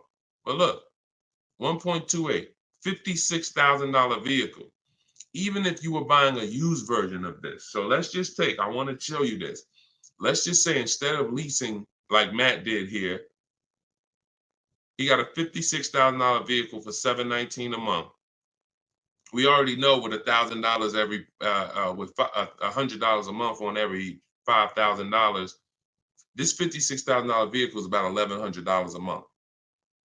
Every 5,000 bucks is a hundred bucks a month on a 5-year finance. So $56,000 vehicle, we're looking at literally $1,100 a month, $1,100 a month payment. Let's just say though he bought this car used. He didn't understand leasing. He found a used one. So instead of 56, let's say he gets one for, you know, let's call it instead of 56, he gets 26 grand off. Let's say he gets it for, hold on, let me do percentages. I don't know why I can't do math right now in my head. Let's say he gets it for 38. Let's use something that's really conservative and good. He gets it for 38. So a $56,000 Hyundai Palisade, he finds an incredible deal on a pre-owned one. He gets it for 38. Once his taxes go in, he's at 40. What's his monthly payment, y'all? If every $5,000 is $100 a month, what's his monthly payment for 40? See, it's all about no money down. If you notice, every time we're comparing numbers, we're not putting any money into the deals. See, when you're not putting any money into the deals, you can easily compare the deals. That's why all we do is shop with no money down, because it's easy to compare the deals. In my book is No Money Down Mastery. You're going to find every strategy I teach you doesn't involve money. It doesn't involve money, because when you want to put money down, that's different. But money down should be after you have assessed the deal already. So, those of you who want your copy of Cars from Home, 7 Steps to Saving Time, Money, and Avoiding Dealers, go to my TikTok bio now, get your copy for 75% off. Go to my Instagram bio, get your copy. But look at this. I'm asking y'all, what's his payment? Let's see if we got anybody that chimed in. If he didn't get this brand new one, if he didn't get this brand new Hyundai truck, he got a used one. So instead of 56,000, he got his for 38. Great price. He found one for 38,000, low miles. Now taxes are in, and he's financing 40,000. What's his monthly payment?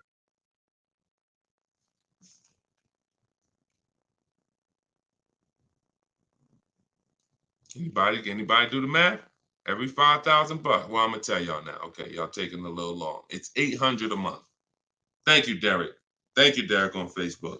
800 a month. So let's look at that. Matt drove off $719 a month, no money out of pocket. Brand new 2024, never been driven, new car smell, fresh out the plastic, $719 a month. Same person who bought that car because they didn't understand leasing, they're paying $1,100 a month. Now there happens to be another one just like it, but it's a 4-year-old one, and it's $38,000, and someone else gets that, and they're paying $800 a month. Do you see how much money those who don't teach you about leasing have cost you? Do you see how much money listening to those who don't understand leasing has cost you? Big money. So I'm either driving a used car and I'm paying more than the guy who got the brand new one, or I'm driving a brand new one just like him and I'm paying $400, $500, $600 more than what he's paying because I bought the car. Now, when do the people who buy win? When do they win? 8 years down the road. 8 years down the road. See, because when you buy your car and you pay it off, see, the person who leases is not worried about depreciation. That's the car going down in value like this. The person who leases is not worried about depreciation. They've already beat it because their lease payment is so low. Their lease payment is so low, they're paying less than what the car's normal depreciation would be. So they beat it with a great lease deal. Now, the people who own the car they're not going to beat it because they own it. So any depreciation is coming against their actual car. If they could have sold the car today for 30, next year it's only worth 25, they lost $5,000. If you were going to sell your car today for 20 and then a tree branch falls on it, is it worth 20 tomorrow? Even when you fix it, run it through your insurance. Hey, I'm coming to get my 20. No, a tree branch fell on the vehicle. It's worth probably 18 now. This is depreciation. So the only way you're going to avoid that is through long-term ownership, because eventually, like I talked about earlier in the stream, you get to the point where your car is only losing a little bit of value each year. Only to this year it's worth 10, next year it's worth 95. In another year it's worth 9,000. That doesn't happen until you have kept the car 9, 10, 11 years. So if you're not keeping your cars that long, you're losing thousands of dollars not leasing, as I just illustrated with those 3 examples. Okay? So this doesn't change. I don't care whether it's Lamborghinis. I don't care whether it's Rolls Royces. The principles do not change. Derek on Facebook. If a manufacturer is offering a very low IR through their direct financing for well-qualified buyers, is there something I should look for on my credit report to know whether I should apply and let them run my credit versus using the pre-qualified offer I have from my credit union? Yeah, most people are going to qualify for the special rates. If you have fair credit, good credit, most people are going to qualify for the special rates because it's not super tier. Super tier is like A1 or A9 in the business world. That's super tier. Most of them are tier 1. So a tier 1 approval is really going to be if you have, 680 credit score and above. If you've had a car loan in the past that you've paid well, you should be able to qualify for those special interest rates. Those are not super hard to qualify for. And if it's something under 2.9, you're typically not going to see that coming from a credit union or a bank, not in this market. Not in this market. So yeah, it's a good question though. But that's round 1 in the bank bidding war. So it's important for you guys to know that whenever you see a special interest rate offer, in many cases, it's not hard to qualify for. You don't need perfect credit. 680, 700 and above, you should be fine. All right. So, all right. Let's go. John Tez on YouTube. I'm interested in getting a 23 Charger Scat Pack, trading a 2022 Camry. This is a disaster. This is a disaster. Dealer wants 56 for the car, but it's been on the lot for 220 days. What do you think I could get them to lower it to? Well, I'm going to just tell you honestly, why are you trading in a 2022 vehicle? First of all, if you paid cash for that car, you wouldn't be trading it in, because once you see what it's worth and what you're getting in 2 years, you've had the car for less than 2 years.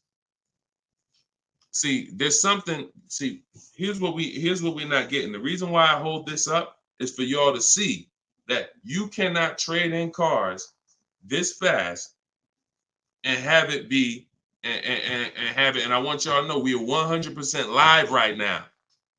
We are 100% live right now. You're not watching a replay. This is a live show. So we're going to dialogue on this for a quick second. You should not, if I show this so y'all could understand the value of your car is dropping like this the first year, 2 years, 3 years. You think that you could buy a car here for $35,000, turn around, trade it a year later, and it's only worth now $27,000, and you're just going to flip and take that $7,000 loss in depreciation. You are going to absolutely lose your shirt. And the only way that you actually don't realize how much you're losing is because they hide it in your monthly payment, because you're a payment shopper. Just get me to this payment. I don't care about the numbers and all of that. I don't care about how much money I'm losing on each car. Just work my monthly payment to something that I could afford. And that is financial disaster. because there is no way, if you were coming and you were writing a check for this, if you came in and you bought that 2022 Camry and they said, okay, it's going to be 35 grand, you know, whatever, and you wrote a check for it, and then you came back a year later and you said, all right, well, what y'all going to give me for my 22 Camry? And they said, all right, well, we can only give you 25 for it.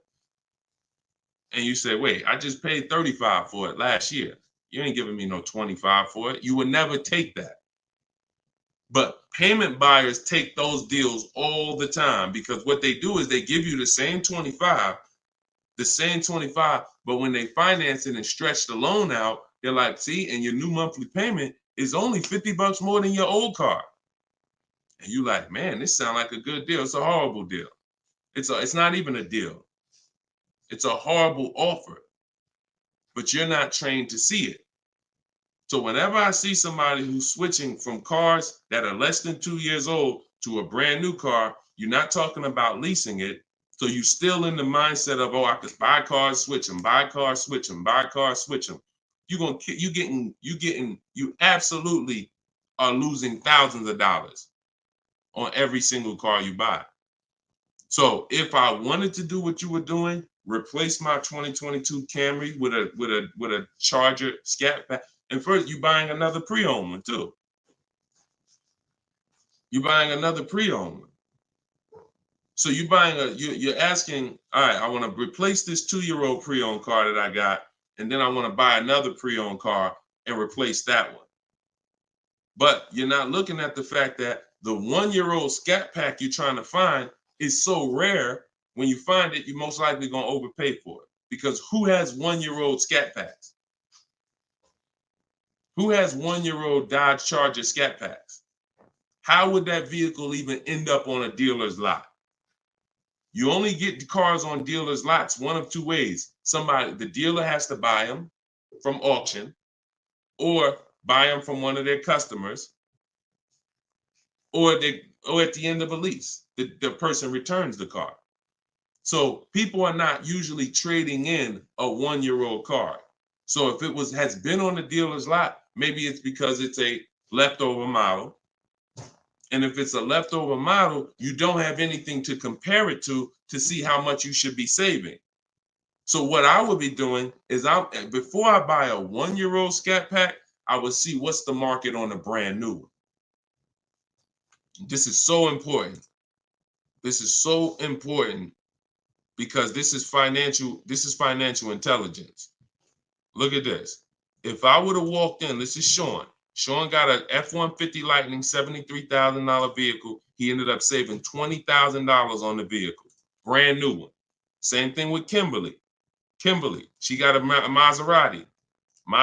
You can see here, what does it say? Total savings, $20,700. 2023 Maserati Greco, $86,000 vehicle. They took off $20,700. That's the new one. So what happens if she would have bought a used one, 1 year old, and she saved 20 grand? She might have thought that was a great deal. Man, I got a 1-year-old Maserati. They took off 20 grand for me. Not if she didn't know that on a brand new one, she could have got 20 grand off.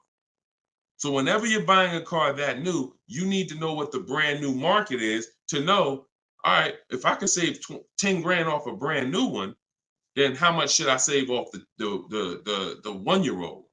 I should save a lot more than that. See, and you have a lot of things that you moving in a way that I would tell you need a system, because it's hard for me to explain to you everything you are doing and a way you're approaching this, how you're going to overpay by thousands and thousands of dollars. You haven't talked about leasing versus buying. You're not talking about shopping for cars in a way where you can actually see multiple offers. You're talking about buying a 1-year-old pre-owned car without looking at what the market is. How do I know a good deal on a 1-year-old one? There's not enough vehicles out there for you to know a good deal on a 1-year-old, which means the only way I'm going to know a good deal on a 1-year-old one is I need to know what a good deal is on a new one. And if a good deal on a new one saves me 15 grand, then that means on a 1-year-old one, I need to save like 20 to 25. There's not enough vehicles for you to do that. So you should really be looking at following a system, learning about leasing versus buying. Are you keeping the next car 8 years or not? If you're not keeping the next car 8 years, you shouldn't be buying, you should be leasing. Because I don't care what you get the price for on the Scat Pack, you are gonna overspend compared to someone who goes and leases their Scat Pack and gets a great deal on it. So we got to slow down and look. Most times we're approaching car buying like grocery shopping. We trying to get our car deal done the same time as a grocery shopping visit. 2 hours, 3 hours. We're at the grocery store more than we're planning our car purchase. And the only way you're going to save money is to take your car buying process seriously. If it's just like, nah, Deshone, it ain't that big of a deal, then go ahead and go give them 15, 20 grand. But I tell you what, somebody like me, somebody who's listening to me, who getting the same car that you're getting, and they say, man, so funny, Deshone, I'm in the same position as that person is in. I got a Camry too, and I want to replace it too with a Scat Pack. But I'm gonna use your strategies. I'm gonna assess my old car, get bids for it. I'm going to determine leasing versus buying, and then I'm gonna shop for my car. That person will save 5 to 10 grand more than you, minimum. Minimum. I put any amount of money on it.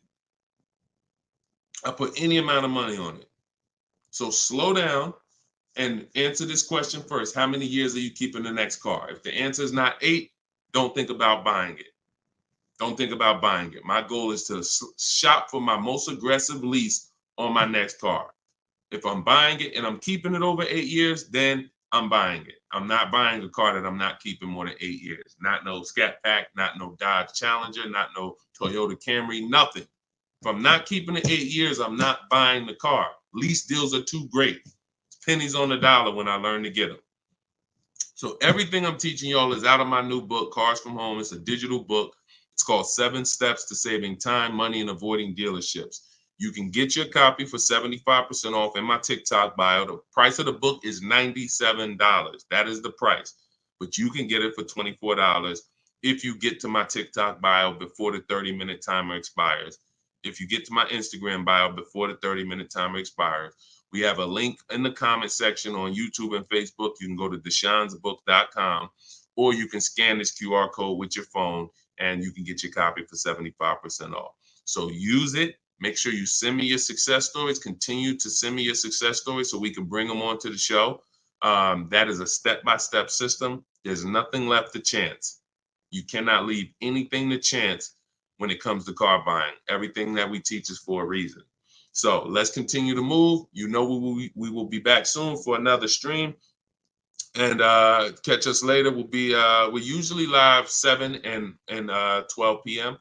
So if you're around at 7 p.m., just again, if you don't see the banner above us, that means we're actually live. So jump on and we'll get to it. Everybody else who got your book, enjoy. For those of you who want to attend my free masterclass, Everything You're Doing Wrong, Buying, Selling, and Leasing Cars, you can also go to the comments or to my TikTok and Instagram bio.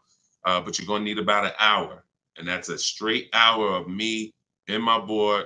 And we have a comment for you right here in the Facebook and in the YouTube section. That's me showing you scenarios, going over 23 mistakes that most of you are making that you need to stop making if you're truly going to get below market deals. Okay, so other than that, y'all, get the information. I don't care how you get it. Get in where you fit in. Use it. Keep unlearning. And let's keep saving this money. All right. God bless y'all. See y'all on